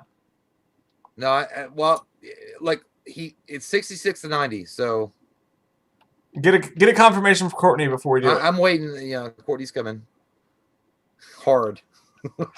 He's coming hard. Come all over it. It's me. It's. I'm just confused by the GIF. Yeah, Courtney is like, I fucked up with emojis like doing this. I like their emojis, but they go like this. Because it's like one of those like okay. So I guess you're saying, Courtney, I'm just gonna wait for you and Vanessa's total confirmation. David It's said reversed. the champ is here. The champ is here. Yeah, strike that, reverse it. It's Gene Wilder. Strike that, reverse it. I have so little time and so much to do. Strike that, reverse it. Who won? I have so much time. I'm waiting. I don't know. Yeah, Courtney, just was it reversed? Is it 90 to 66?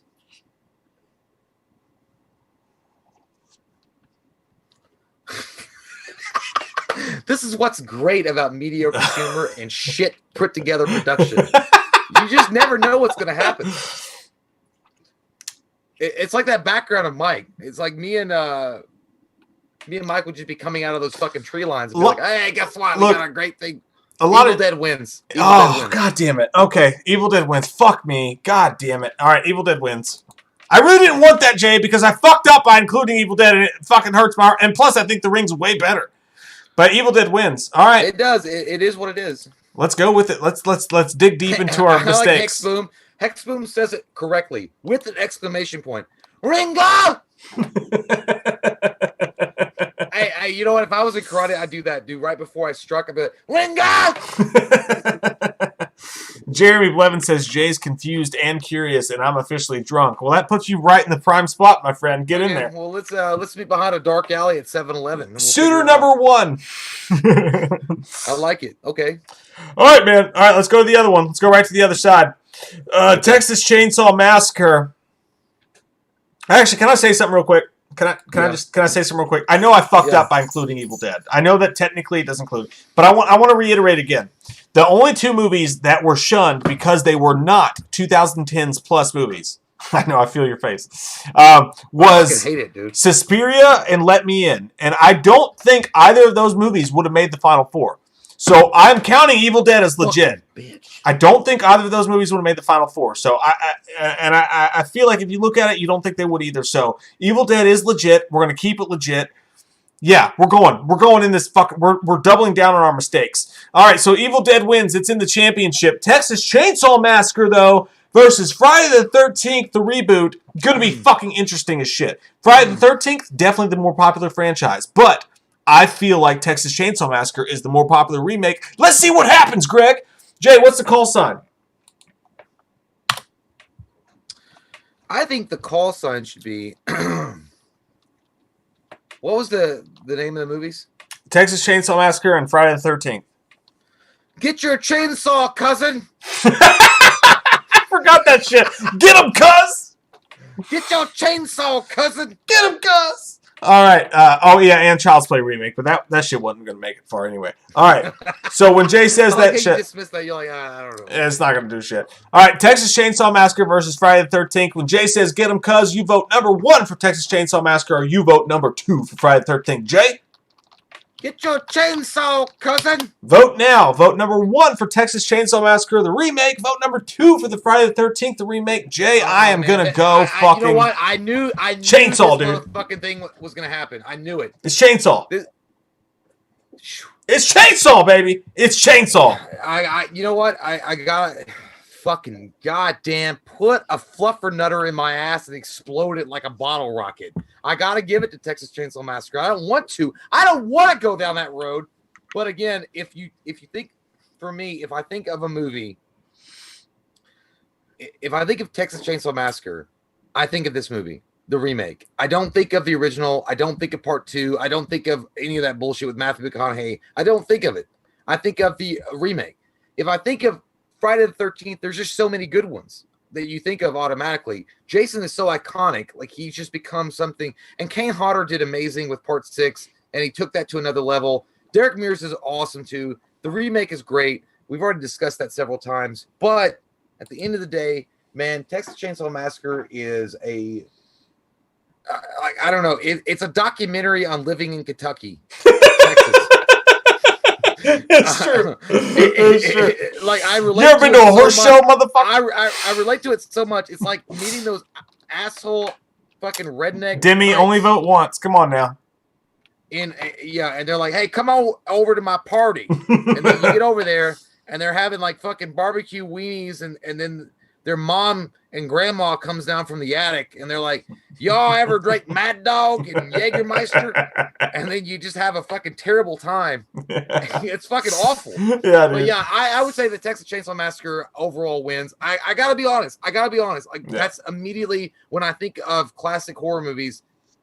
If somebody says Leatherface or Texas Chainsaw Massacre, I think of that movie. Yeah, I'm gonna go Texas Chainsaw Massacre too, my friend. I think it's just too fun. I think, and this is the reason why. Friday the 13th is a great franchise. Jason's great. And I thought that the reboot was great. And I think it's underrated as fuck. And I think they did a great job with it. But Texas Chainsaw Massacre, the remake, man, they did something with the original movie. And to me, it's still not as good as the original movie. But when they showed Leatherface in full regal, wearing like Kemper's face, and they showed him being fucked up and scary, and they had those great shots... to me, that movie is so underrated, man. And if that movie, if there was never Texas Chainsaw Massacre and the remake was the only one to exist, I think it'd be a fucking horror classic. But they did a really incredible job. Friday the 13th did as well, but Texas Chainsaw Massacre did an incredible job paying homage to the original in a way that it really. If you look at the other remakes, like they did their best. You know, Friday the 13th did their best. You know, they have Baghead Jason in there, they have regular Jason in there. But it's sped up, and they even have Pamela Voorhees' death. But in Texas Chainsaw Massacre, dude, it's literally a retelling in a way that's not American Psycho with Vince Vaughn. Yeah. Which just shot for fucking shot the same goddamn movie. Yeah. No, I'm with Psycho, yeah. I'm with you, man. By the way, fucking cinematography. You didn't include that fucking movie. Psycho was 2001. Because it was no, Psycho was like 97 or some shit. Was it? Yeah, it was in the 90s, but I fucked all that up. But anyways, no, I think Texas Chainsaw Massacre, man, I think just looking at Leatherface, they didn't fuck around too much with Leatherface. They didn't make him too wacky. They didn't put lipstick on him. The other Texas Chainsaw Massacre sequels, they tried to do too much. They did the dinner scene 1,000 times. They did the grandpa thing 1,000 times. The Texas Chainsaw Massacre remake took the best parts of Texas Chainsaw Massacre and they layered this fucking 2000's sheen of good cinematography over top of it, and they made it real fucked up and like that real unrated Hills Have Eyes type of fucked up nastiness on top of it. Just a great fucking movie, man. Underrated as shit. Yeah, I felt gross when watching the movie, but I still wanted to have sex with Jessica Biel. Yeah. Oh god damn it! And Guys, that. by the way, and I'm that. sorry. I'm sorry for the slamming sensation that you might be hearing. This look, dude. Like you guys can't see it. This fucking armrest is dead. There's no more It's bolt. dead. Michael Myers is dead. Jeremy Blevin says Jay's confused and curious, and I'm officially drunk. No, you already mentioned it. You might have a shot there. Oh, did I? Well, maybe Yeah, I'm you the, did. Apparently, But, you know, apparently I'm the if drunk we're one. gonna- If we're All gonna right, go, stop voting. In secondsy. I think we're all drunk. I know what I'm saying. I've had time to think about it. Fine. I'm We'll drunk. figure it out. I'm not- We'll go to that mountaintop, sir. I'm not saying you're. I'm saying Hey, listen, I'm drunk. Mike and I liked Brokeback Mountain. Loved So, whatever. Great- I like great fishing, fucking film. trips. it. Sean P says jaw hit the ground during Texas Chainsaw. He says ex-girlfriend thought I was scared. No, it was just Jessica Biel walking. That butt shot, dude. Wow. Holy hell almighty You in know what? Texas. He- What? He's on point right there. As soon as you saw her with the midriff, with the ass in the Ooh. jeans, she got stuffed into those jeans. You got a big bootylicious fucking greatness from her No. and big boobs. I mean, dude, get out of here. And she's also Big capable, boobs. but she's also capable. It's not that. Yeah. Hey, listen, I don't want to. I don't want to hear motherfucking like soy boys or soy girls that drink from their mother's milk tit too much coming back and be like, hey, by the way, you guys are just sexist. No, absolutely not. Come on, she's eat very my butt. fucking hot. She's very fucking hot. Yeah. But she was capable. Yeah. Like I say with Sigourney Weaver in Alien, very fucking hot with those granny panties. Oh, yeah, She man. rocked the Oh, shit out of man. that movie. Yeah. Same way. Yeah, Same buddy. fucking way. Oh yeah. Okay. Absolutely. Can we get back to that point? You're Can right. we get back to that point? You're right. And when you're right, you're right. And you're always right. Sean P, thank you so much, Sean. He says, oh, no, I just read that one. Sorry, fuck my ass. The next one, though, Kevin, oh, goddamn, Kevin Williams. Kevin Williams, so God, close what to Kevin Kevin Williams do? with the $75 fucking super chat up in my Woo. butt hole. Get Shit. going. Fuck. Crazy man. He says, Crazy man. I just wanted to say thanks for all you do. You've created such an amazing supportive family here. I recently went through a bad breakup. Fuck. And what got me through was the family that's here. I can't express enough what you guys do for me, so thank you. Man, Kevin, fuck, dude.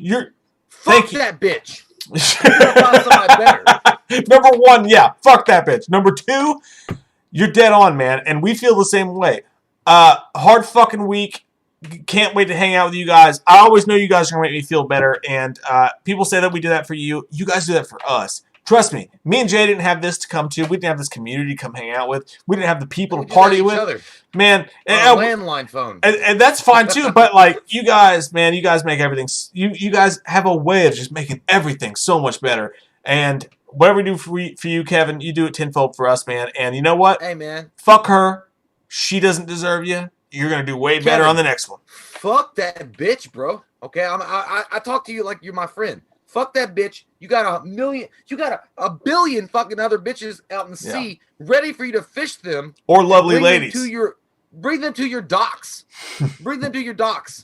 And then you go through them. You knock them down. By the way, you might well go knock down some of them hood rats. Knock down some of them hood rats.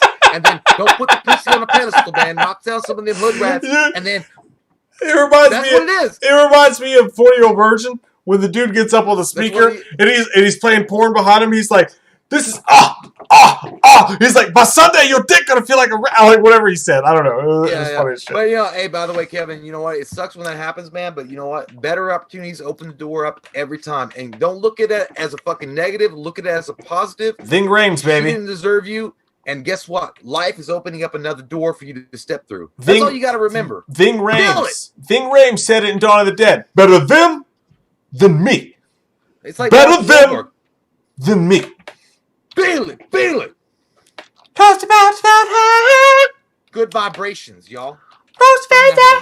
Okay, we got the votes in. Though. Okay. We got the votes in. All right.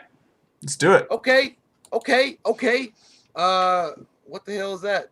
Courtney, what the fuck is that? What'd you do? I can't see it. What'd you do? What'd you do? No, I didn't. Okay, now I got it. Okay. So option one comes in hot and heavy with a flying elbow from the top rope. Guess what, bitch? You ain't got no teeth no more. 90-61. Oh shit! A 4 seed has made the championship round, my friends. I love this shit. Yeah! Yeah! Texas Chainsaw Massacre! Massacre! Massacre! Dude, where's Halloween? What the fuck, dude? What the fuck, dude? Texas Chainsaw Massacre reaches the final. Sorry I blow up like that, guys. I got like some fucking Herpes going on. We both said herpes, dude. We both said herpes. I didn't say herpes. No, herpes. You said herpes. We both said herpes. No, I said burpees. I got Valtrex on fucking lockdown. Don't worry about that. I gotta open up another drink. I got a fucking Batman cave full of Valtrex. When I walk through the door, it just like shoots it at me. No, dude, I got the burpees. Like I got heartburn and shit on top of it. I thought you said take some goddamn gas, not gas X, like some fucking Tums. Oh, after this. All right. Gary Catlow says, Mike, just change the title of the video, then everything will be okay. Look, we you know, I'm not going to run away from it. We have an illegitimate in the championship because of my fuck up. But nonetheless, it's like being a Maury Povich and you're like behind stage. You're like, what are you going to do? Like, I'm going to take care of it. We're in it now. I'm going to take care of it. We're fucking in it now. And this is, you know, we're still going to have a good weekend nonetheless. Retro Roscoe. By the way, my first dog, the first dog I ever had in my life, his name was Roscoe. Says, in college, I saw the Texas Chainsaw Massacre remake. I made a terrible mistake. Went not exactly sober and was scared like I was 9 chainsaws in surround sound. Apparently, it fucked you shit up. It fucked your shit up. But that's good, right? That's a good memory. By the way, thank you so much for the whole Ripper with $1 donation. Appreciate it. Message attached. His name is just the whole Ripper. He just wanted to throw that dollar. Exactly what we've done with this voting situation. I guess we ripped the hole. This is me taking that dollar and putting it right in my G-string, dude. Thank you. Yeah, you know what? We're in the championship round. We're in the championship. This is where champions are made. That's where it happens.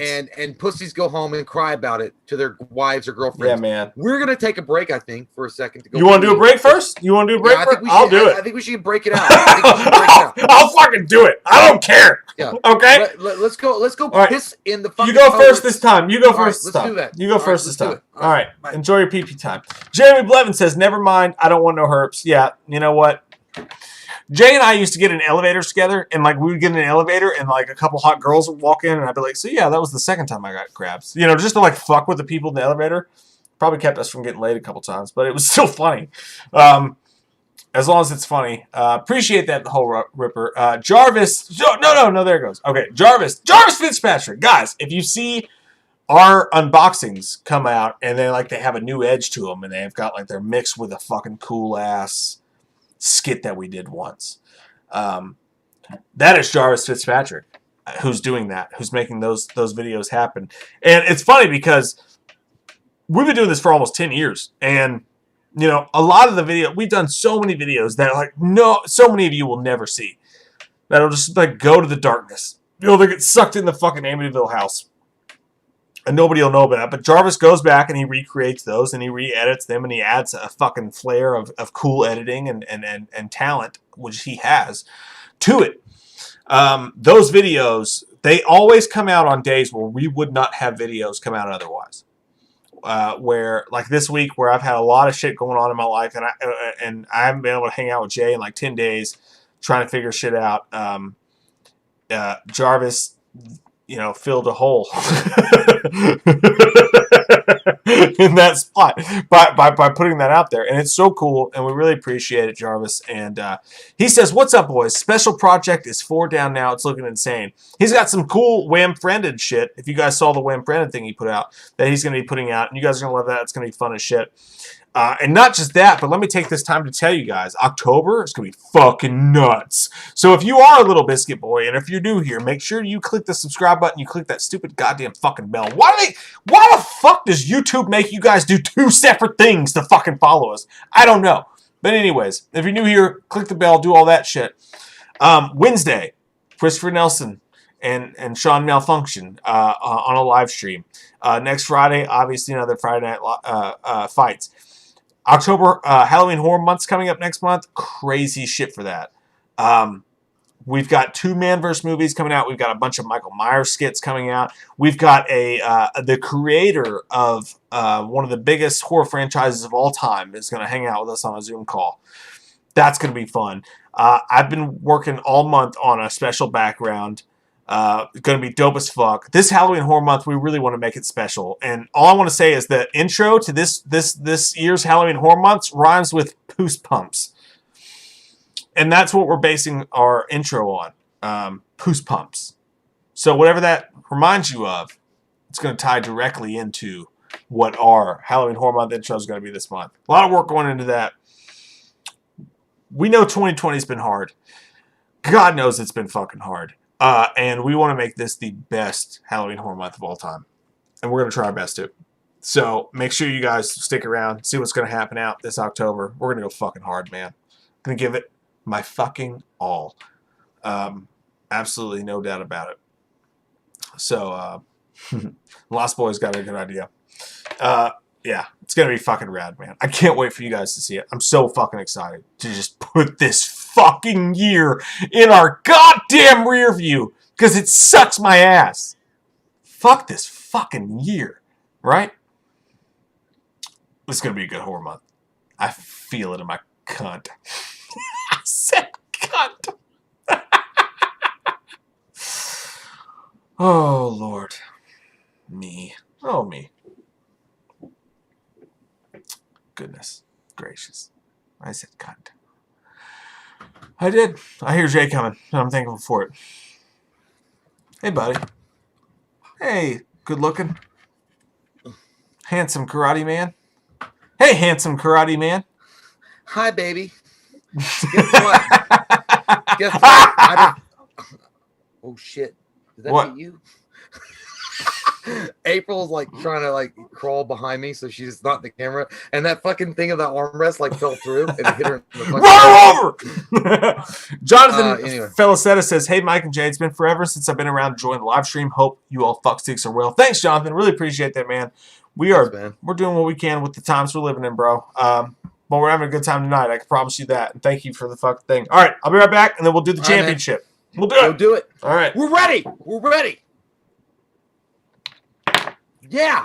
Put it down. Take it out. And march forward. God damn. Goosebumps, Dylan, okay? Yeah, that's a great show. By the way, I can't comment on that. There is a very special thing with Goosebumps later on for Halloween Horror Month 2020 that we're working on. I'm very excited about it. It's going to be badass. It's going to be amazing. It's going to be fucking Scorpion, rock you like a hurricane kind of sexual.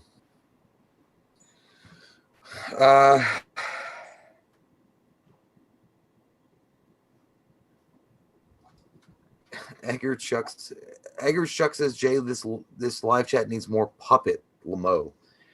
What do you mean? Like that puppet that was used in that video? I don't even know where the fuck that is. Yes, JT Customs. Yes, Buster is around. He actually did this thing earlier. I was trying to call him to me, and he sat down on the floor with his ballerina type long deer-like leg stretched out before him, and it gave me this look like this. Very, very like Miyagi-Do bullshit, pussy, nerd. Because I said, come here. Come on. You just...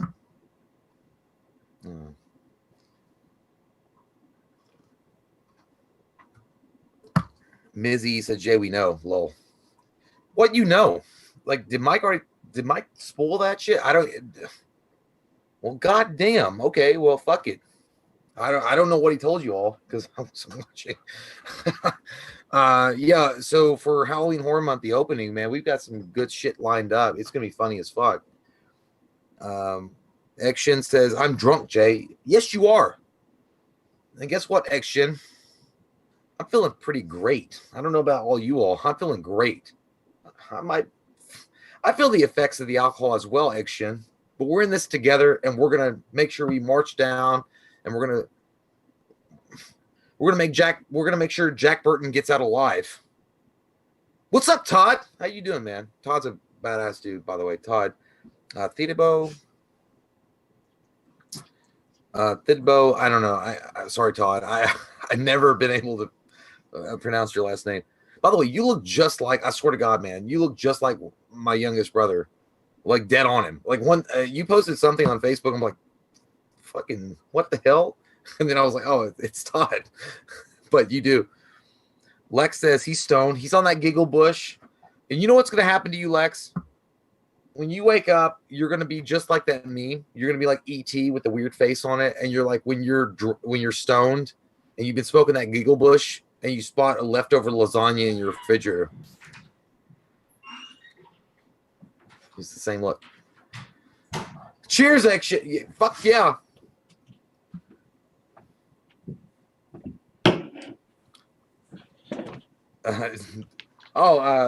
Todd says Jay is silent. You mean your name? Am I not coming through? Mike, can you hear me? Yeah, you sound good.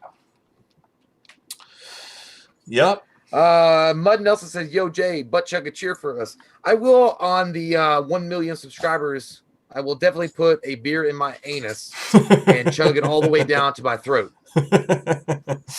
Haha Jackson, Church Jackson says, we shot the short today. I hope it's fucking awesome, dude. I'll send you that clip. Sorry, I forgot to. I will, man. Thank you.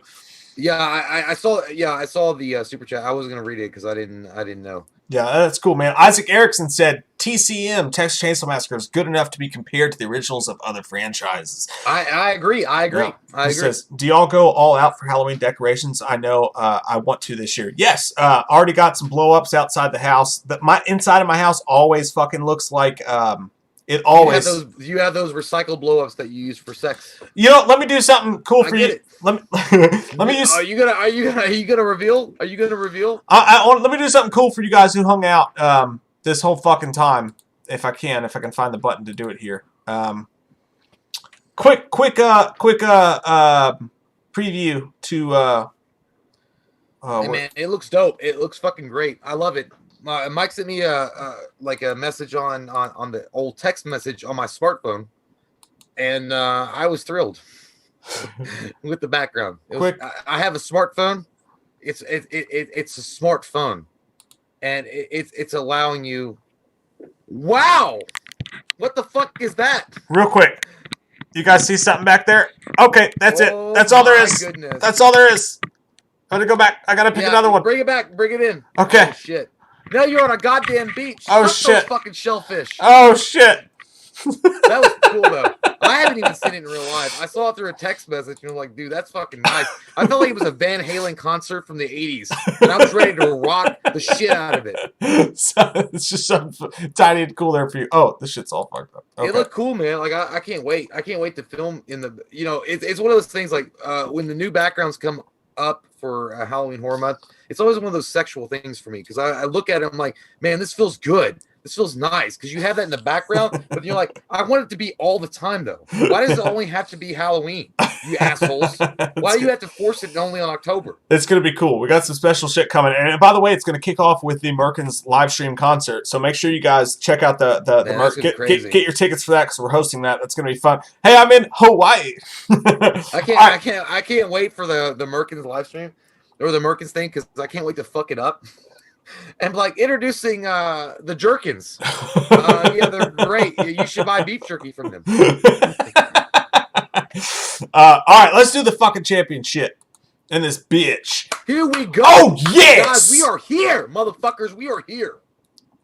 We're going for it. All right, here's the championship. Championship. Jay, what's the call sign going to be, motherfucker? No, I already did my last. Is it my turn? One. All right. My call sign's going to be, who wants to get it in there? But I know I like to That's what's going to say. Yeah, that's a lot. So when I say all that shit, you're going to vote number 1 for Evil Dead, or you're going to vote number 2 for the Texas Chainsaw Massacre. Here we go. Who wants to get in my butt? I get evil with the butt cheeks in the cut. Oh, yeah. Vote now. Vote number 1 for Evil Dead. Vote number 2 for the Texas Chainsaw Massacre. I'm going all the way here right now. I'm going with the let's have some TCM in our life. let's just do it, man. Yeah. Let's not worry about the consequences. Let's just have sex and get married on the beach. 4 seed, baby. Let's go Texas Chainsaw. The Texas Chainsaw Massacre, man. Yeah! I gotta go there. I gotta go there, and I gotta have a good time with those southern fucking assholes from Texas with no goddamn oil fucking prospects, and let's have sex with them. It's the best. Okay? It's the best one, baby. It's the fucking best one.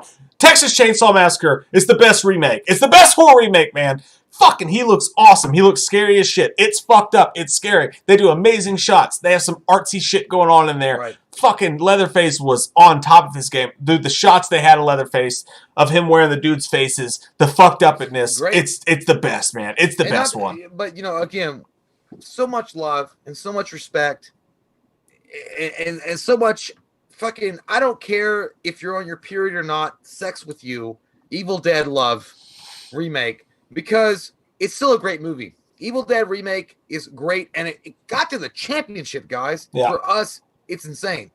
And I think we called it earlier on. We were talking beforehand about various things before the stream went live, about, you know, hair implants and about how to make our dicks bigger. But one of the biggest things that came up was that the Texas Chainsaw Massacre is our dark horse, and the Evil Dead Remake is a very underappreciated film. And to see it here in the championship round is amazing. Because they did a lot of cool stuff with it, man. They really did. And, you know, without Bruce Campbell, without the you know, the Ash kind of presence, they really took the movie, they made it their own, and I got to give it love. You know, just for the fact that it's a great movie. I feel like it was, again, I've said this 3 times now.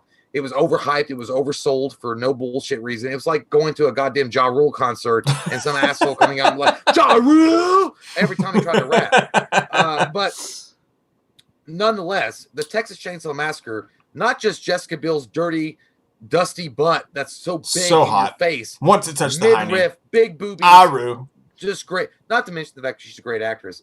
Yeah. But Leatherface looks incredible. The story and the pacing and the atmosphere and the music, everything just goes together. They really show love to the original.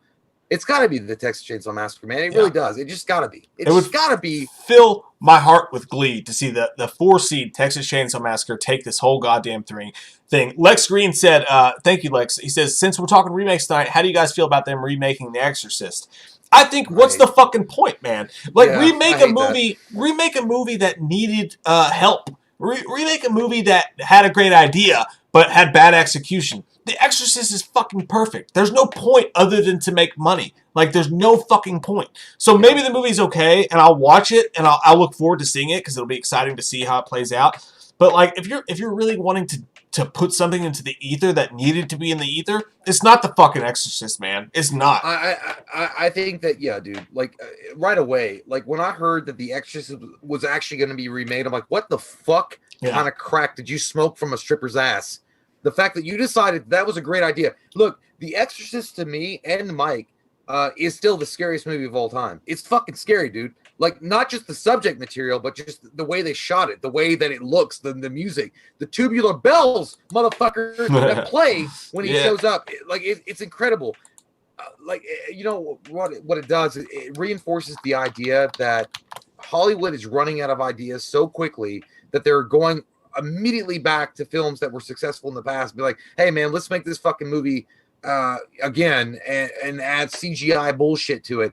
Look, listen, The Exorcist was scary because it came out in 1971 or some shit like that, and they had like practical effects that were used. It had a great cast. It just had a multitude of different things working for it. It was a once in a lifetime kind of film. And it really did set people off, man. Like, it scared people in the theater. People were sleeping with their moms and dads again at 17, 18 years old. If you remake that shit, you basically are admitting that, you know, you like to suck dick on the weekends. And, you know, that's fine. That's fine if you like to do that. But don't come into Hollywood and saying, I like to suck dicks on the weekends. I should remake Exorcist. Get out of my face. That was well fucking said, dude. That was perfectly fucking said. I agree with you, man. I think it's Texas Chainsaw Massacre, dude. And I would love for that to win this whole thing. We'll see what the vote says when Courtney and them have it. But you know, this. Yeah, I'm waiting on it. It's been a great Friday Night Fights, guys. What an interesting one to do. Had a great time. Yeah, what a fun one to do. And it's fun for these ones because it's 2000's remakes. So you and I almost saw all of these films in the theaters as they were coming out. You know what I mean? Like we were there, and we were there for the hype, and we were there for the movies, and we were there for all of it, and it's super fun. And by the way, and again, I want to make a call to action for all you guys who are new here to make sure you click subscribe and hit the bell, because for the whole month of October, what we're going to be doing is we're going to actually make a gigantic, like, 60 movie bracket. And we are going to, on Friday Night Fights, every Friday night, we're going to vote down one round at a time, and we're going to pick the greatest horror movie of all time. Like, of all horror movies. The best horror movie. That's going to be this Halloween Horror Month's big thing. Every Friday night, we're going to do a round. We're going to pick the greatest horror movie of all time. It's going to be a fucking bitch to put all that together. Man. But, but it'll be fun. It'll be worth it. At the end, you know what I love the best about this is I love that the subscribers and just random people on the tube of you and the interwebs get to come in and they get to vote their favorites. I think that's the best because you and I are we're never wrong. Actually, we are multiple times, but the fact that we don't have to, we don't get to pick the movie that we would put forward in the bracket is great. I love it. So, man, I'm excited. So we have the vote in. Oh, we got the finale, guys. It's over. It's over. Are you guys ready for some Masters of the Universe? I hold up my magical sword and I say the words, Power of Grayskull, and I'm turned into a fucking He-Man. 28, option 1. Oh, damn. Oh, shit. Yeah. 28. And guess who comes through driving by like they're in a Grand Theft Auto fucking game, robbing your mom and fucking sucking your dad's dick? 121. There it is. Ridiculous. There it is. I love it. Texas Chainsaw Massacre is the best 2000's horror movie remake of all time. Excuse me, asshole. Halloween should have been in there. Obviously, you guys are using this as a platform to preach about Halloween, and why isn't it in there? Okay, can you suck a titty? Yeah, dude. That's okay. I like this, and it's not just like it puts to bed the fact that yes, we do a lot of Halloween stuff on this channel.